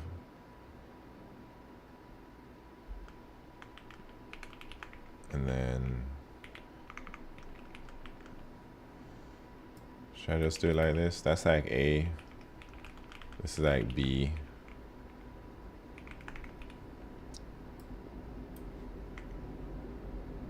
So it's like A squared plus B squared equals C squared.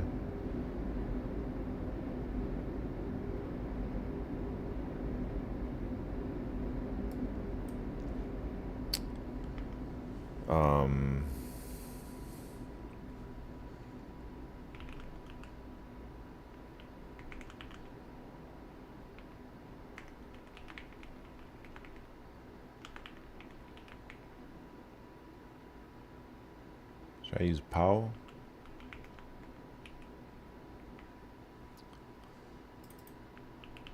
So then do I just square the radius to check?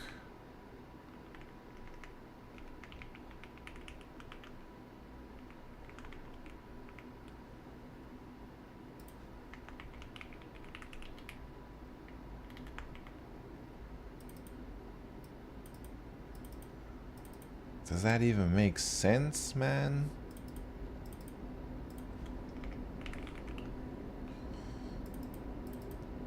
So I want c squared to be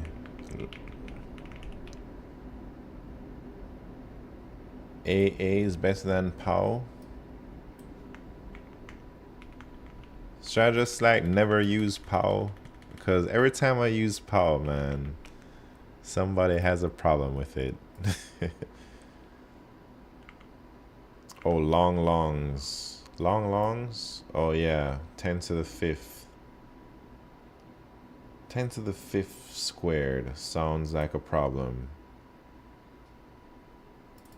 For sure. I'd have been burnt by the long long. Yes, Paul X2 hurts my eyes. And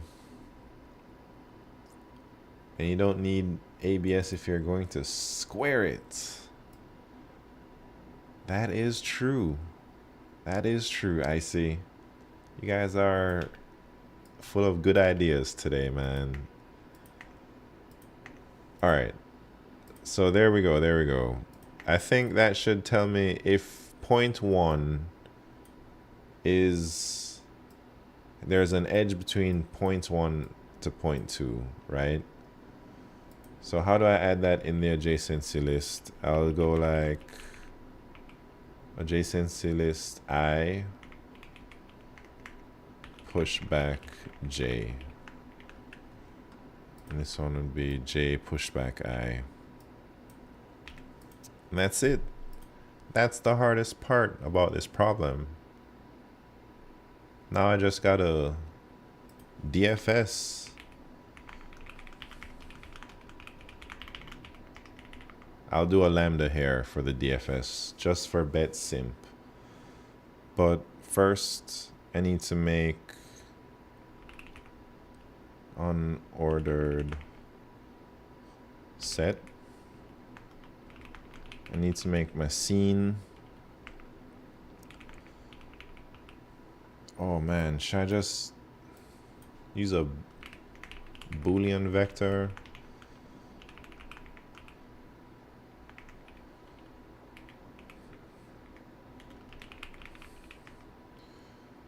And then here's my DFS.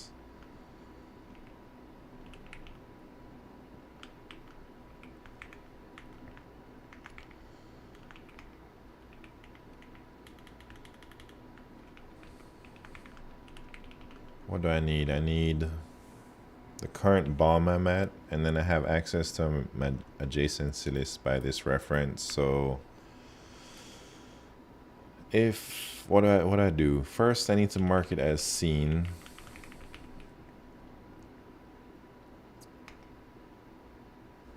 Oh, maybe this should return a number. And then what do I do after that? Then I need to detonate everything in the adjacency list. So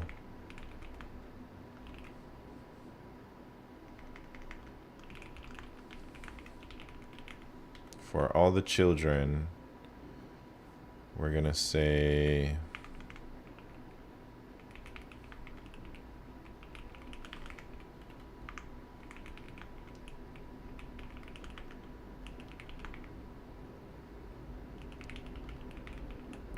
that.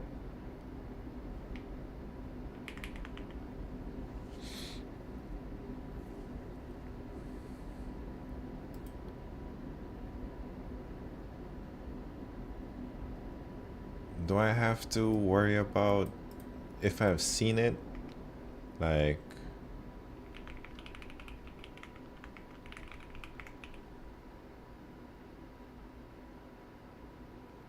and that's the total detonated. And then I just return that +1.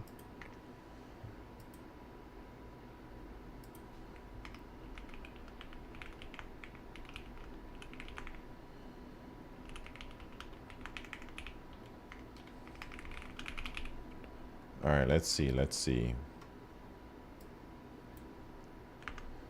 What are y'all saying out here? Brett is answering a bunch of questions. That's what's up.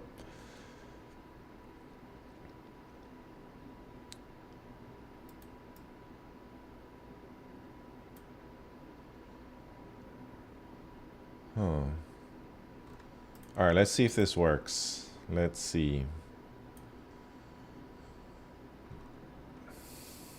Nay. Come on, man. How are these not gonna overlap?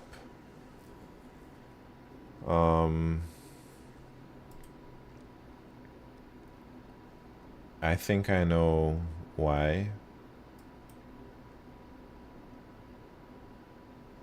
It must be because they touch right there. So this distance is, that's 0, and that's 4, so that's 16. So 2 can't reach. Oh, snap. I see what's happening. So I detonate the bomb 0 first, and then that doesn't even touch this bomb. But then if I... Okay, so maybe this is like that problem we did last time, Brett, where I need like an ID for the bomb path, or, you know...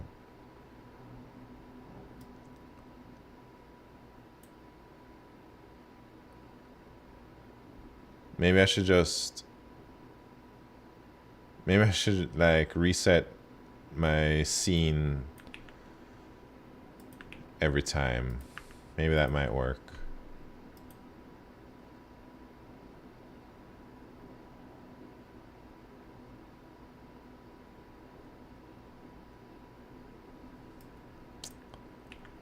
But then now my DFS doesn't know what that is. So how do I reset?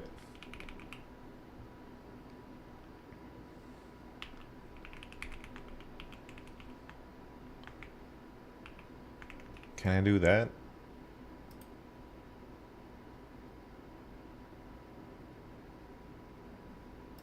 All right. Come on, man.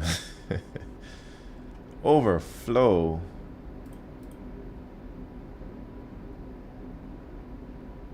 Oh, man. How are they gonna do me like that?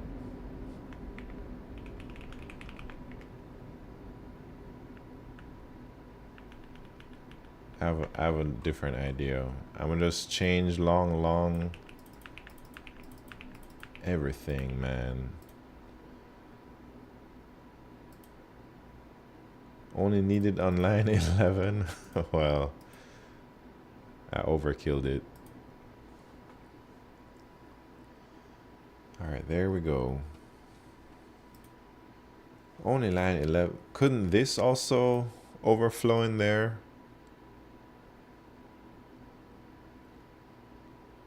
Well, if I didn't have that as long. You already had that as long? Oh, I see. Yeah, I did. All right, let's just cast that right there.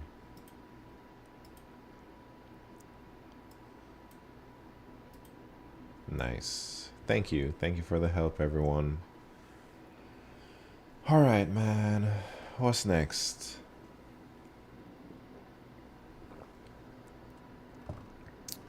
I like this problem. This problem wasn't too bad. This problem was not bad at all. It looks scary at first, I'm not gonna lie.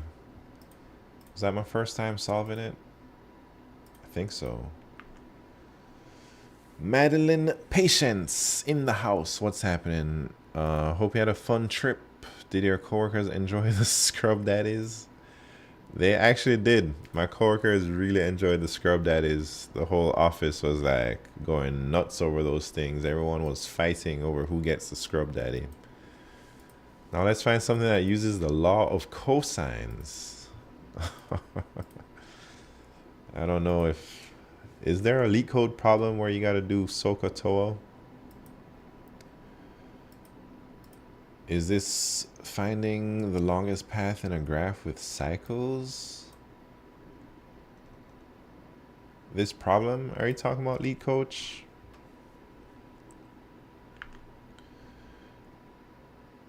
They work really well, yeah. Everyone was so fascinated that, like, when it's cold water, they're hard, and then when it's warm water, it's soft, you know? Anyways, it was a fun trip. Alright, are we ready to turn it up? Do a hard problem.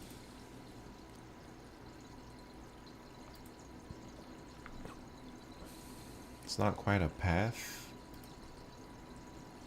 Wait, what are you talking about?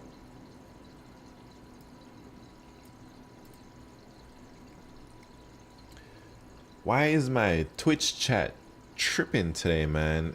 Every time I'm trying to scroll up, it just goes right back down. Is there like something I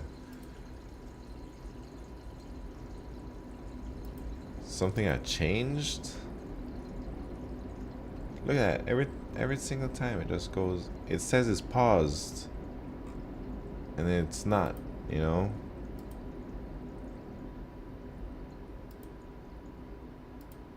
Let me try. Nah, it must be a bug out there. Somebody call Twitch. Tell them fix this stuff. L. Minson, what's happening? Is there any LeetCode feature to pick out a random problem for you? I am Creasy. There's a random problem thing, but I don't want to do just any random problem. I want to do problems that are like around my skill level, you know? So that's why I'm doing these random number things. Now I have to do a problem rated 2066, and I go to this website called Zerotrac. And then boom, 2066. Let's see if we can do it. Jeez. Oh, I've done this one. Well, maybe not, because I didn't even finish it. Should I erase? Should I try this? Or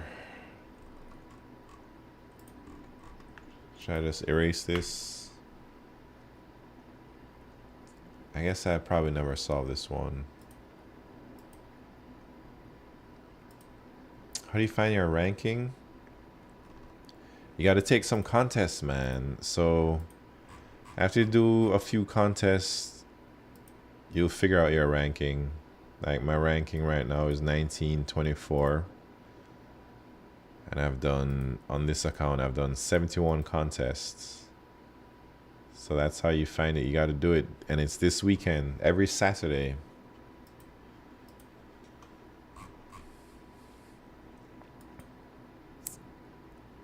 I'm scared of this problem. I'm not going to lie, man. But I'll read it. Minimum swaps to make sequences increasing. You're given two integer arrays of the same length, nums1 and nums2. In one operation, you are allowed to swap nums1i with nums2i.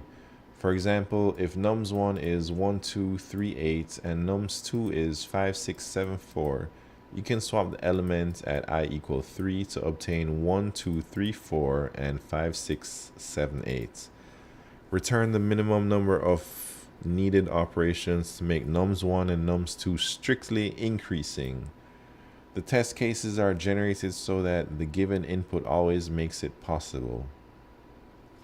You can get this? Alright. Brett says I can do it. I believe it. Oh man. I feel like I gotta drink a little water.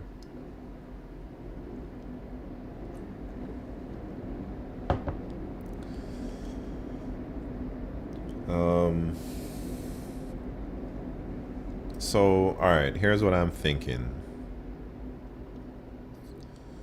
It's like you just swap it, right?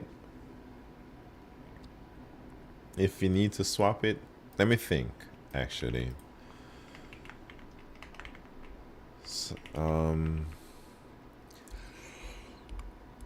oh, snap.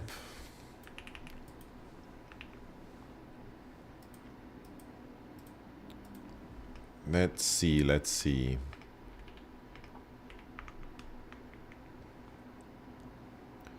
So I guess maybe we'll just move them in sync.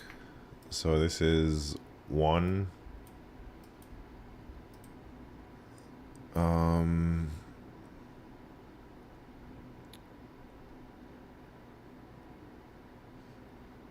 I don't know, man. What if... I don't know about this first position. Alright, let's go to the next position. So, do we need to swap?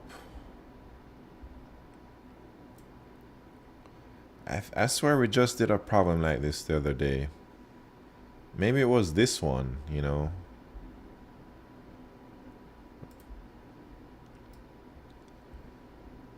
Strictly increasing. So can we swap these? We can't swap these.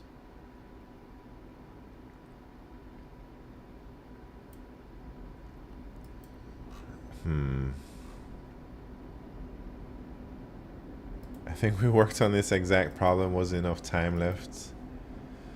Oh man. Yeah, because I remember thinking about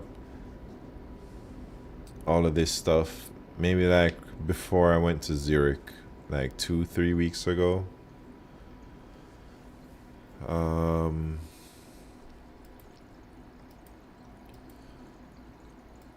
So it's like, if we can maybe...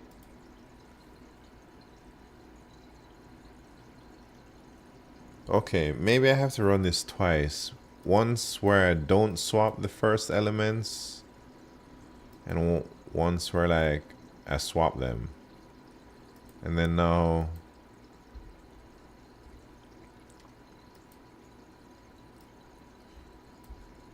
if I need to swap them, I swap them.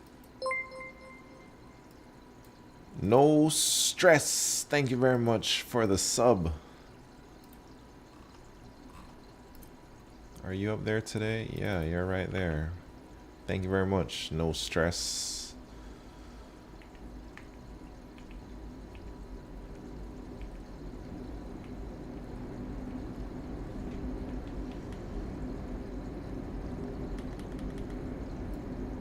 All right, here we go.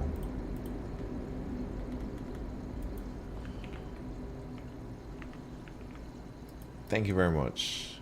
Look at that, 2 stars.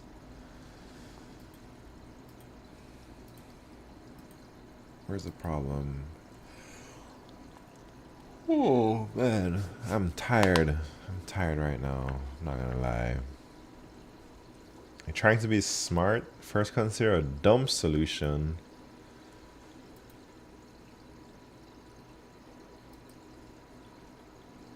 How will we know if it's dumb?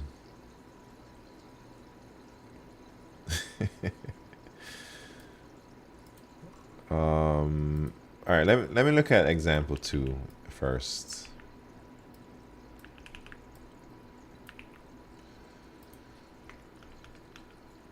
All right, so we have 1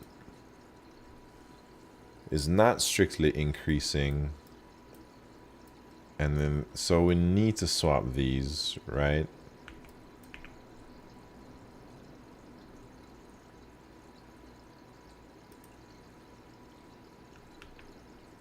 And then these are okay.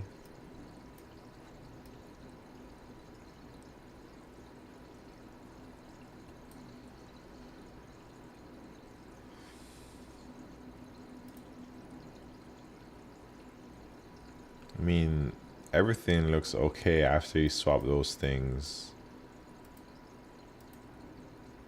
But I don't know. DP Dumb? Wait, are you saying the DP one is dumb? 81 rings, what's happening? How much does good bad sleep affect your LeetCode ability? Man, if I'm sleepy, it's tough to focus on the problem. Like, it takes a lot of concentration sometimes for these problems to really think. And if I'm sleepy, like right now, it's hard to like get those brain juices flowing. So yeah, I think it affects big time, man. Before you left, we call this swap it or leave it. DP is dumb, greedy is smart. Alright, swap it or leave it.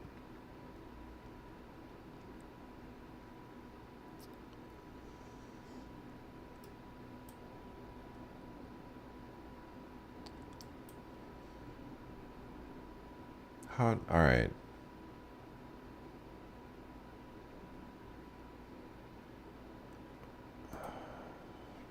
Alright.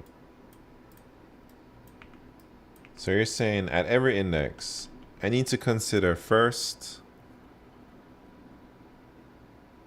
I see where it's going. Should we swap it? Or should we leave it? Like, if we can leave it, like this one, we cannot leave it, right? Because that would be messed up. So we must swap it.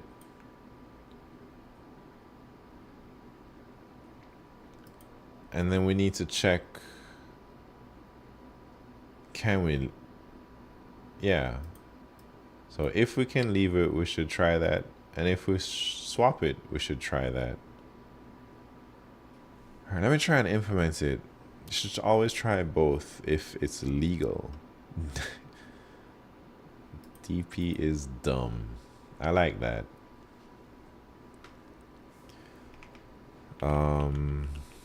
Let's do it. Lambda time. That's what I meant.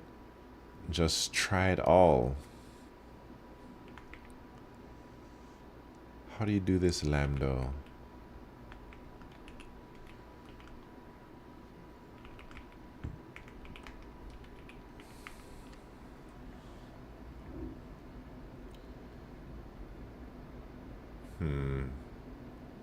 Think that is a good way to describe interview prep. What if you get to the place where you consider DP to be the easy, dumb way, you're in a good place? I heard no one even asks DP problems. That's what I've always heard. When I was originally training, I remember I really skipped DP because it was the least bang for the buck. But I don't know if companies are starting to ask DP, because I guess as time progresses, the bar is being raised for like what they expect from LeetCode, you know. So maybe like DP is becoming normal. I'm not sure. Maybe if anyone has interviewed recently, you can tell us. All right, here it goes. So if we're out of bounds,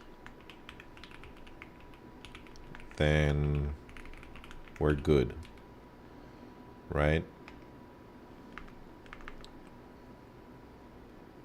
I guess I meant if you did enough random LeetCode problems that DP is trivial for you, you probably did a good amount of studying. Yeah, I get what you're saying, Brett, for sure.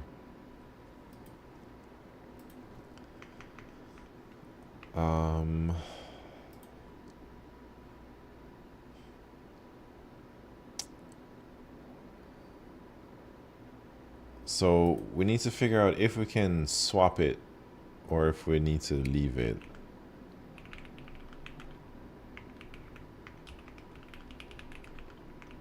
How do I figure that out? So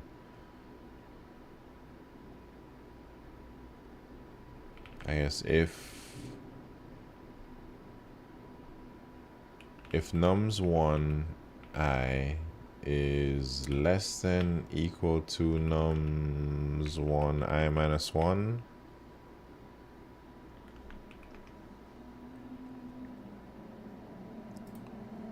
that means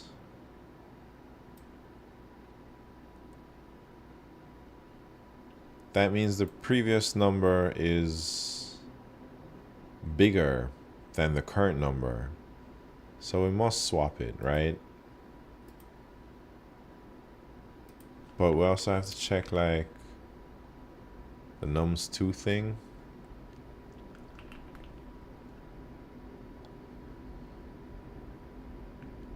Oh man, it's coming back to me now. It's flowing back. And then I need like some boolean to remember if the previous thing was swapped or not.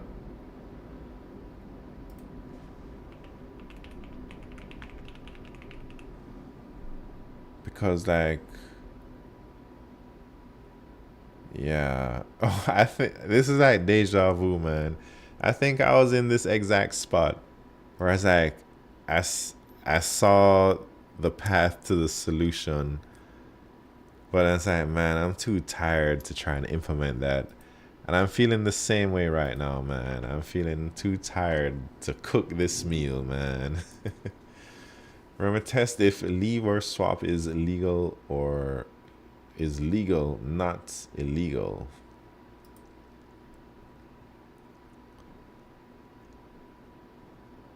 If it's legal, not illegal. All right. Oh man, hold on. I gotta pee real quick.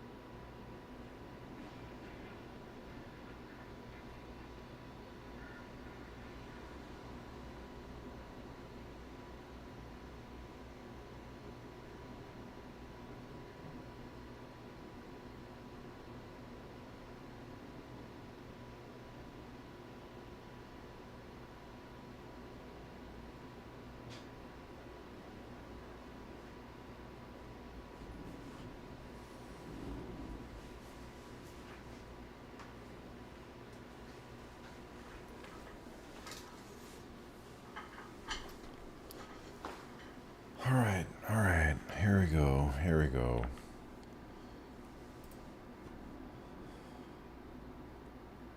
The two hints we left with were make variables p1, p2 for the previous elements. Oh yeah. Previous elements. Oh yeah, I remember that now.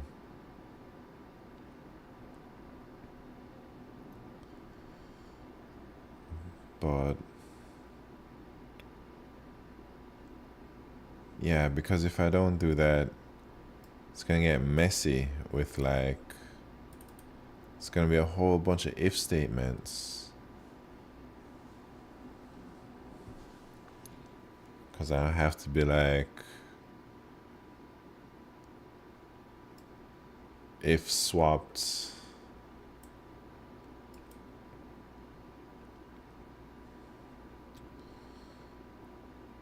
or something like that. I guess I could be like,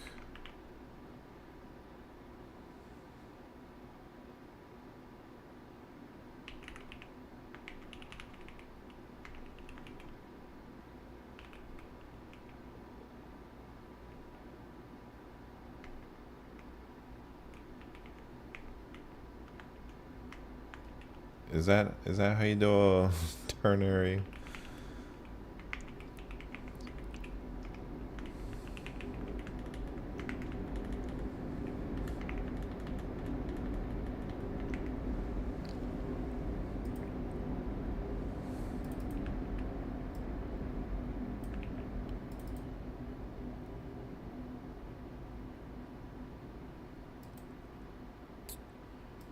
Hold on. I gotta think a little bit.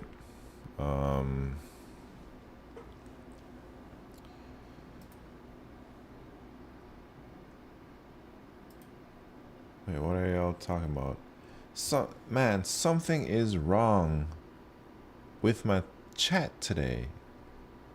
And it's really difficult to read.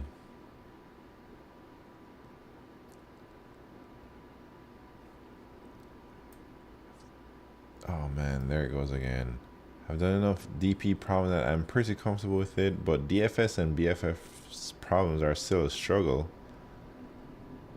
Low road sim racing, that's crazy. That is like the most craziest statement I've ever heard in my life, I think. Where did the message go? Yeah.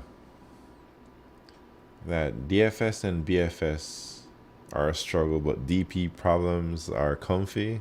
That's insane, man. All right. All right. Let me gather my thoughts. So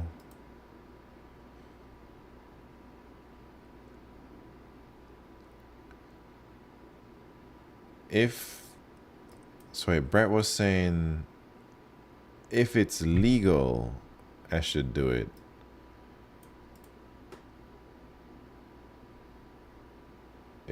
All right, so if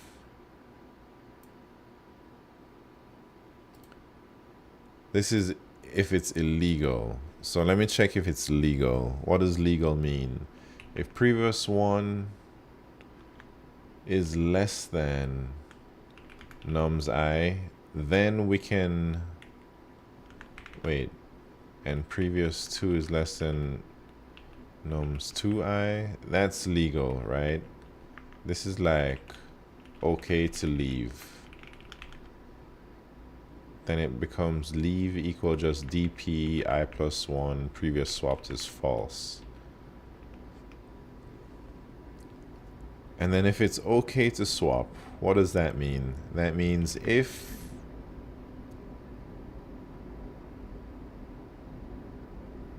previous 1 is less than nums 2I,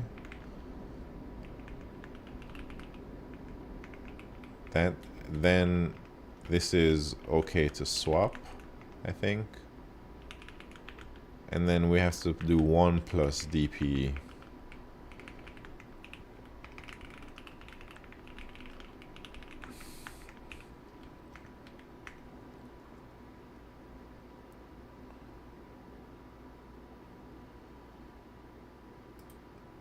And then what?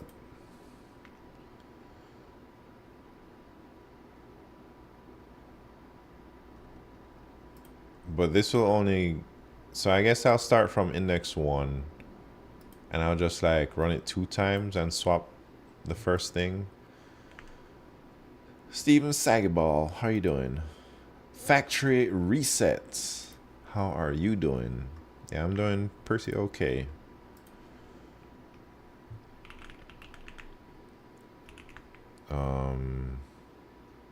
So what's in my DP thing here? I. So I is what? 1 previous swap is false. So I need a cache maybe? Should I do that now?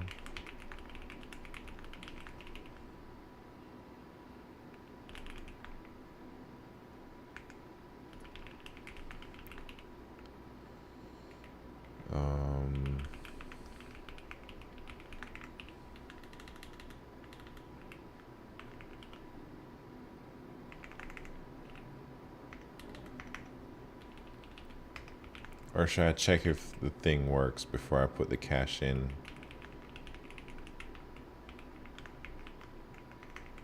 It's too late now. I've already typed it up, man.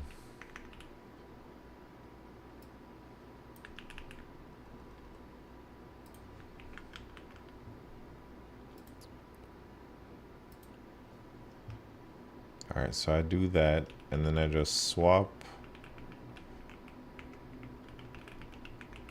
And then hopefully I can just do this.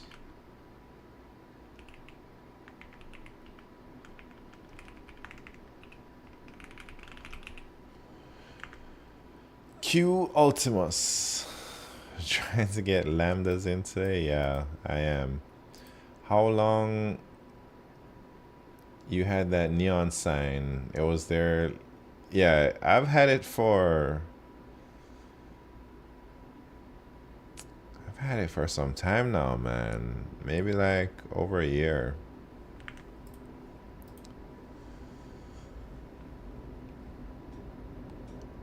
Uh-oh.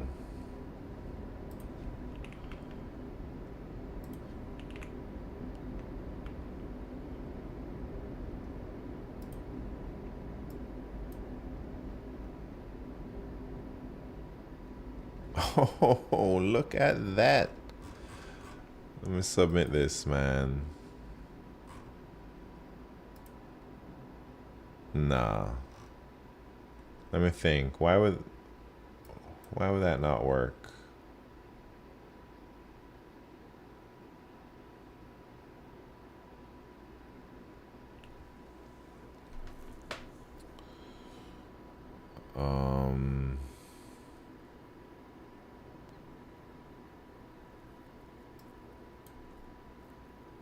Do I need to like... So I'm swapping way more than I need to.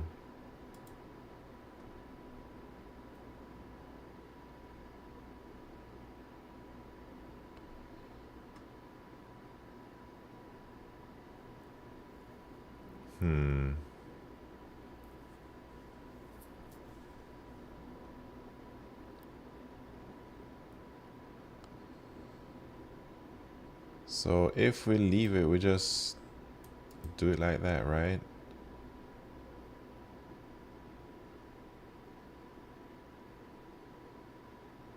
I don't know where it might be breaking down, and these test cases are too big to just manually go through them. I have to read the dang code to try and think about where it could go wrong.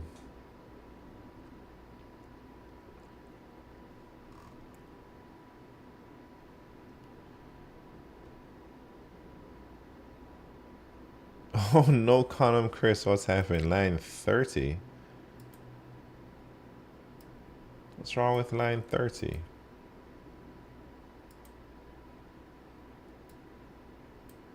Oh. Oh no, recursive lambdas? What?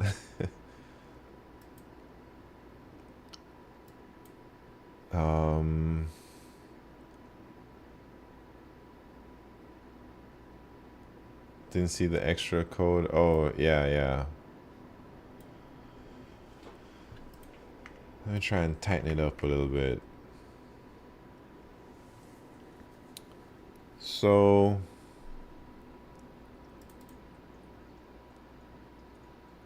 is there a bug here? The previous one is like it passed so many test cases that I'm wondering where could the bug be?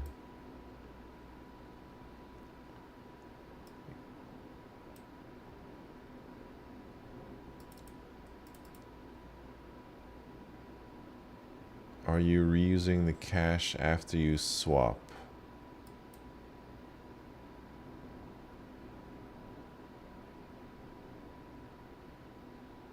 Not sure what you mean, LeetCode. You think the cache is incorrect? Like,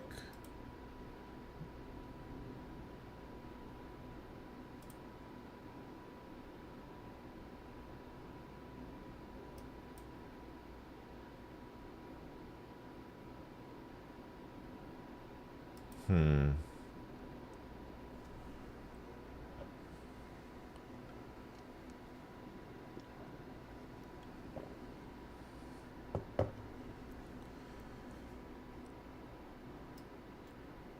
So I get to a number and I'm checking, is it okay to just leave it as is? Yeah. Then I leave it and I go on to the next one and then I check if it, is it okay to swap it?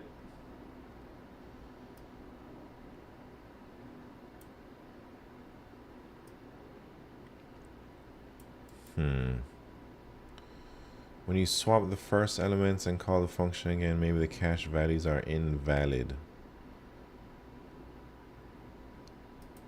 Oh, lead coach.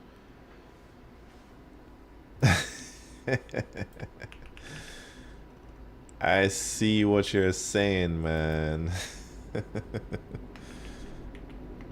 Maybe they are invalid, right?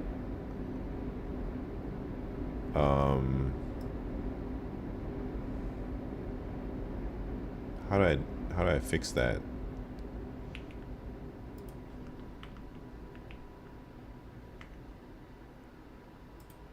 Can I just do that?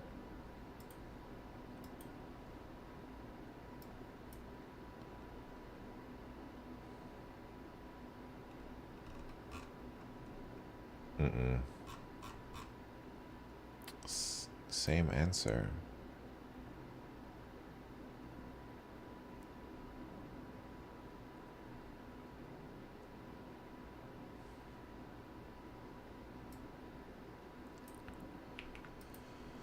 So I don't think that's the issue then. Let me try something else.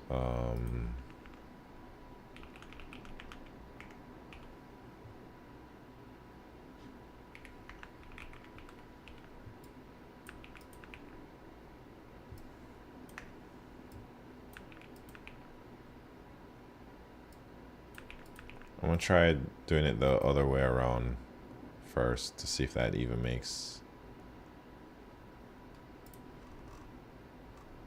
Huh. Well, the min.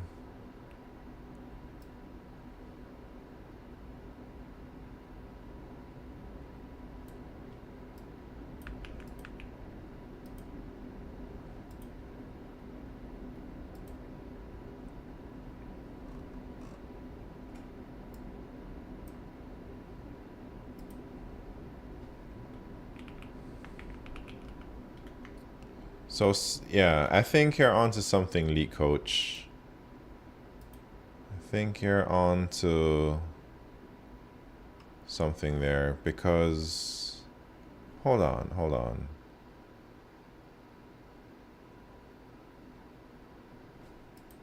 How come this is strange?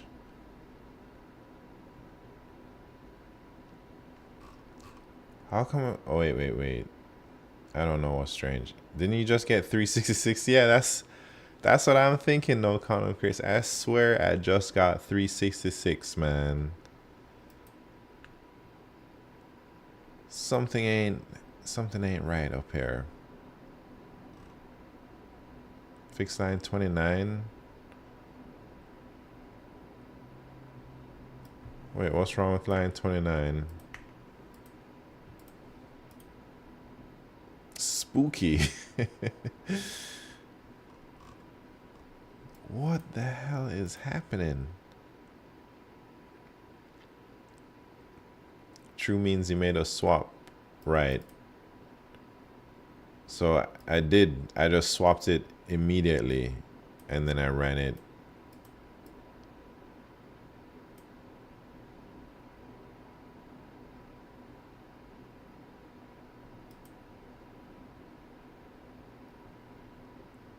Wait, so you got, oh, snap. Right. But still, like it's, why do you swap? Only need the flag. Yeah, I don't know. I swear I also saw 366 too.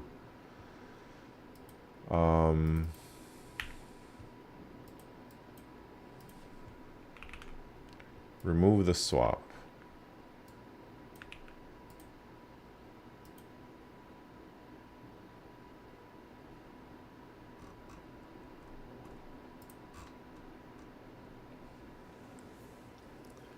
But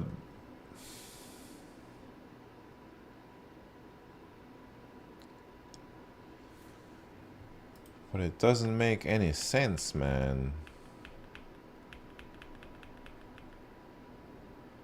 You don't need a swap because you already marked the swap with the flag. Oh, snap. You're right, lead coach. That's exactly what's happening. All right, I definitely see the problem. So let me just Control Z everything. So then it's like, I don't need to physically swap the things. And then I can just be like,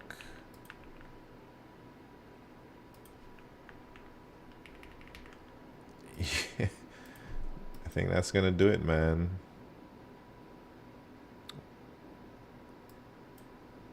Thank you, lead coach. That was tripping me up.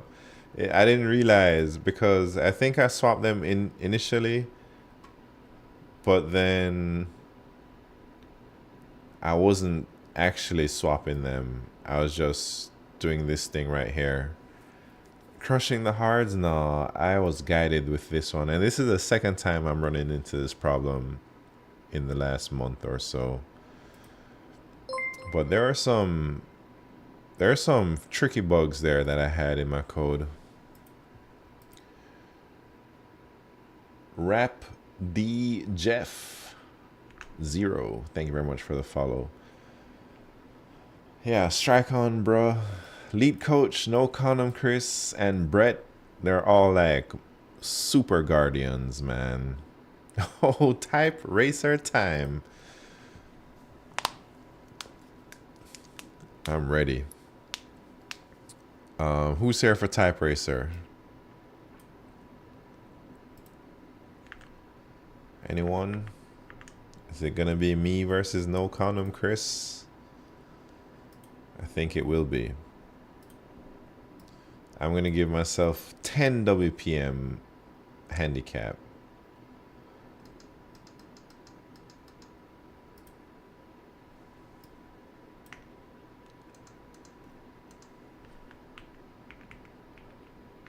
So my 10 WPMs Grayson equal to no condom Chris. Are y'all ready for that? Place your bets. Rap D Jeff. Howdy people. I came to learn English here, man. I don't know if this is a great channel to learn English, but welcome. Glad to have you on board. Don't have enough money to bet. Dang. No condom Chris. Crazy money, and nobody wants free money. You gotta place your bets. Place your bets. Betting everything on no condom Chris, man. That is not the play. Oh man. Hopefully somebody bets on me because Q with the 500 bucks, trying to take all that money. All right, let me create the type racer racetrack. No condom Chris is pretty fast, but I think I have more than a 6% chance to beat him. Maybe. Actually, I don't know if that's true. Man, JCast19, what are you doing? All right, here we go. Here we go.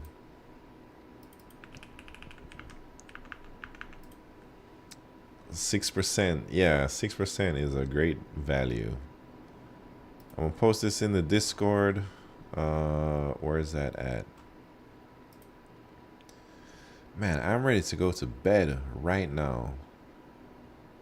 But we got a race.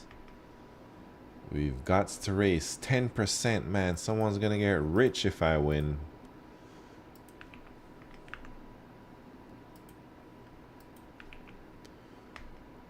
Oh, wait. Let me fix that link.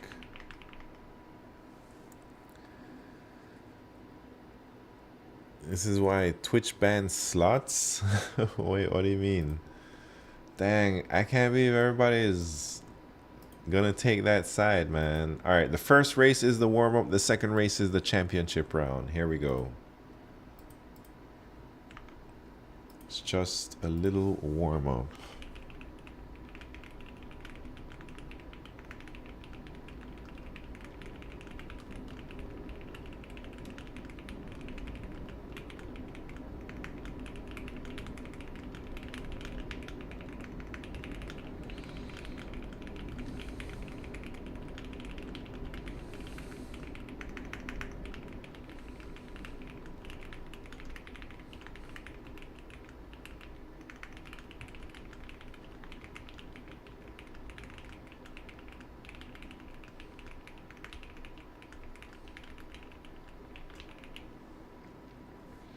Strike on, bro. 121. Crazy. Q Ultimus 109. Six pack sexy, aka no condom Chris 103. Man, if you did that in the championship round, you're in trouble. It's 10 WPM handicap. I can't believe I have such crazy odds there.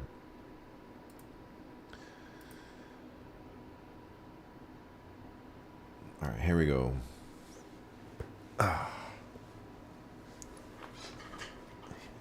This is it. The championship race.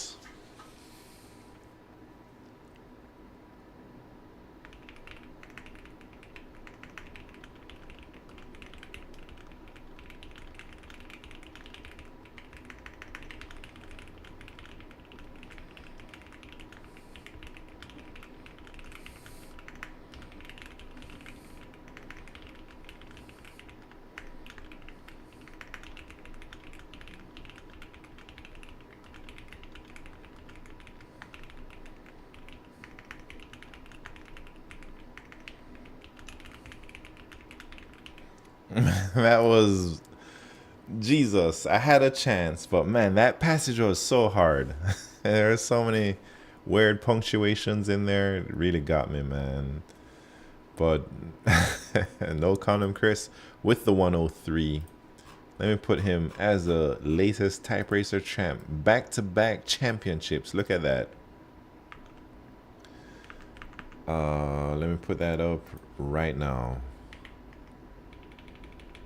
With back-to-back championships.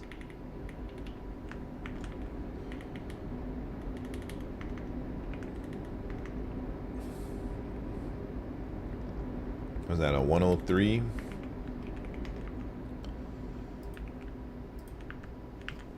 All right. Let me choose that bet. Man, you got lucky. You all got lucky. Look at that. Winning peanuts. $1,000. Bet 12,000 to win 1,000. Not even. Or maybe a little bit more. I gotta stop going so hard in the warm-ups. Yeah, man. You can't burn all that nitrous in the warm-up round. Let's do plus 17 next time. I want to give up points. Give away your points, man. You know I'm about to add some new redemptions that are more affordable, like maybe 50k or something. I'm thinking, yeah, maybe like 50k or 100k. I'm trying to get some t-shirts. I'm trying to do all types of stuff. You have slowest champion ever next to some dude who types 98. Do I? Oh, no, that was like the slowest championship race ever. No, I think Foamy got like the slowest championship race. At 87, yeah. But So this is not accurate. I don't know why I typed that there. Yeah, I think a lot of fast people showed up to this one, and like nobody cracked triple digits. Put that data into a spreadsheet and cook some stats, man. That's a lot of manual labor, lead coach. But yeah, I think that would be fun to get all this. But that means I'd have to go through everyone. I suppose you could do some easy regex to get the numbers. We'd have to like clean it up. Maybe like this type of stuff might be weird, but probably not. Yeah, I could. All right, should I do that real quick just for fun? I'm not gonna actually do anything, but let me write the regex. Quick and easy regex here. Or regex. Some people say regex, but it's regex to me. Is it a regex tester? Is this a good one? So this is our test string. What are we looking for, man? We're looking for... Let me see if I remember how to do this regex junk.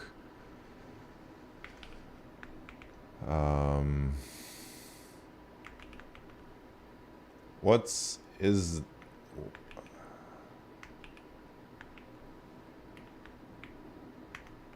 it like that? And then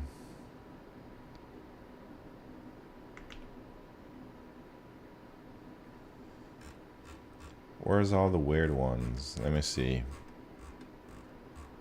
Because there's some with like some junk in between, like this one. Or okay. And then we just got a bunch of digits, but we got to capture those digits. Easy regex, look at that. We also should try and parse the dates or something in there. Is it a regular expression? Point blank Ted, what's happened? Rafa J Flowin in the house. This is a LeetCode medium? No, that's not a LeetCode medium.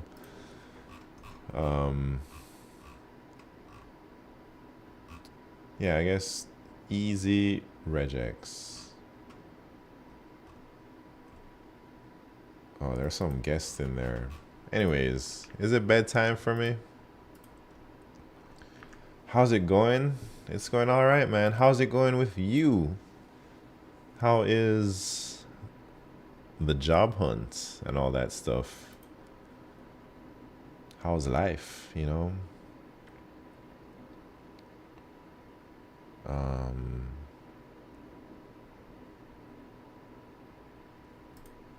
Man, I gotta go to bed like right now.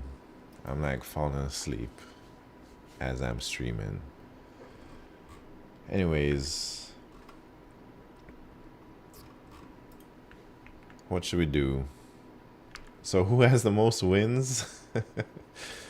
I think no, Sendao or No Condom Chris probably has the most wins. Maybe Overfit. No. Overfit has 21 championships. No Condom Chris has like 25 championships. Let's see how much Sendao has. Sendao has 32 champ. I think Sendao is the all-time type racer champ. Where's historical ranking? No, there's none of that. Q has 25 championships. So I think Sendao is our #1 type racer champ, man. Enrosis has a few too, but dang, Enrosis has like, look, Enrosis has probably the only 4-peat. I don't think anyone else has that, man. There's a couple 3-peats overfit, but no one with a 4-peat except for Enrosis.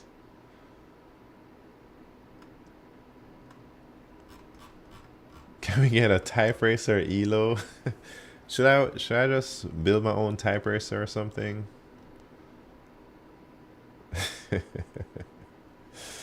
That'll be. They should have like a dang type racer elo website.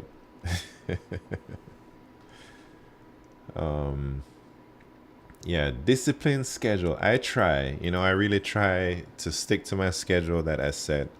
Even though sometimes I might miss some days because life gets in the way, I really try to hit my 9 p.m. Eastern time start time, and like I try to hit that on the dot. Like I talked about this before, but I treat it like how I treat a meeting at work with like my manager or somebody like high level or whatever, where, oh, the meeting starts at 9 p.m. I'm sure I'm going to be there on the dot, or maybe 1 or 2 minutes late, but I'm definitely not going to try and be like 10 minutes late or 15 minutes late or something like that, man. I'm glad you're back from that terrible Switzerland place. Yeah, it was kind of boring, I'm not going to lie.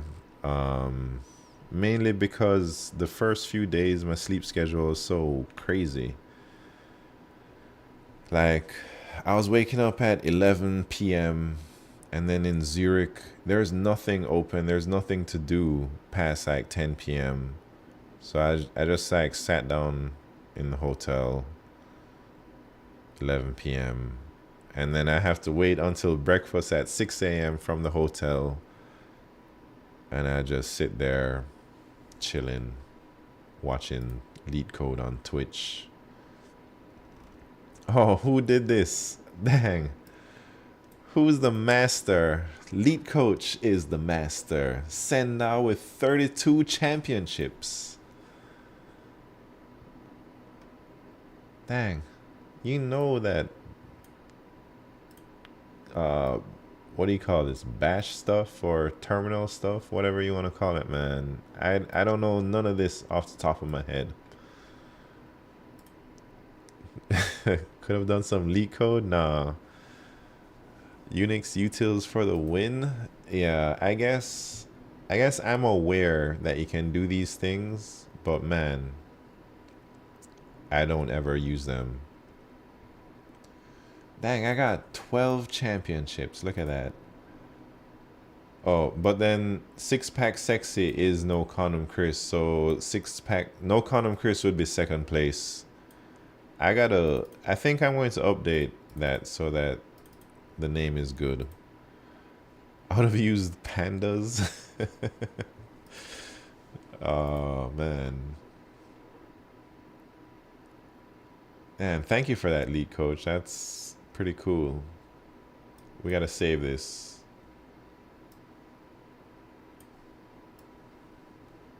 I'm gonna post it in the Discord. And then I gotta go.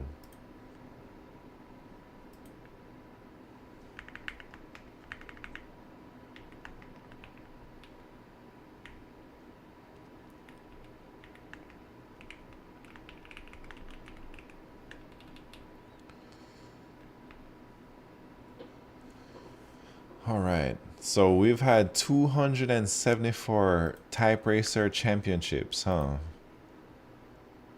That's a lot, kinda, but it's like double that because we do one warm-up round and one. Let me see if those numbers look right. It says I've done how many races? 903 races. So maybe I've been type racing off the clock or something. Anyways, it's time for me to get out of here. Factory reset. Have a good night. I'm about to go raid somebody, so don't you worry. Who gonna raid? Interview prep.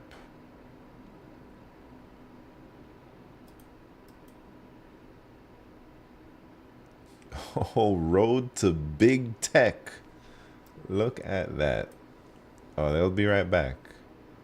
Should we raid? Man, they've only been streaming 18 minutes. And they're already gone.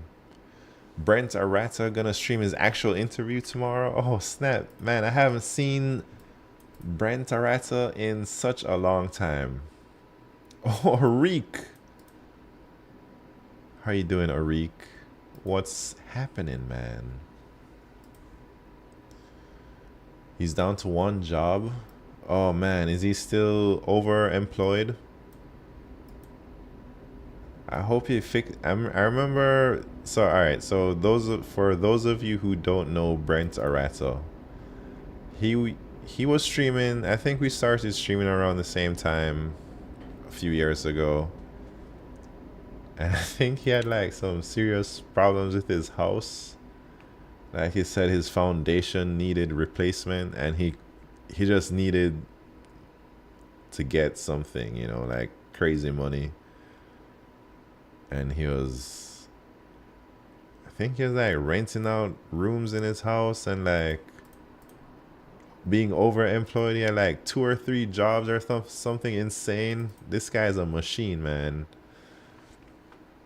So go follow Brent Arato if he's gonna, and he doesn't he doesn't DGAF, don't give a what. So he'll stream real interviews and stuff like that. He doesn't care, man. It's really interesting. So tomorrow 9 p.m. what's that? 9 p.m. Pacific time, Eastern time, Pacific time. All right, should we, what do you think? Should we raid this person or should we raid Chrono Zero doing interview prep?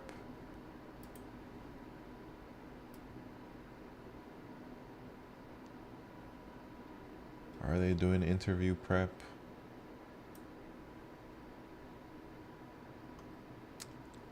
Man, I don't want to raid this guy and he doesn't come back. I remember one guy, like, we raided him and he went to use the bathroom for a really long time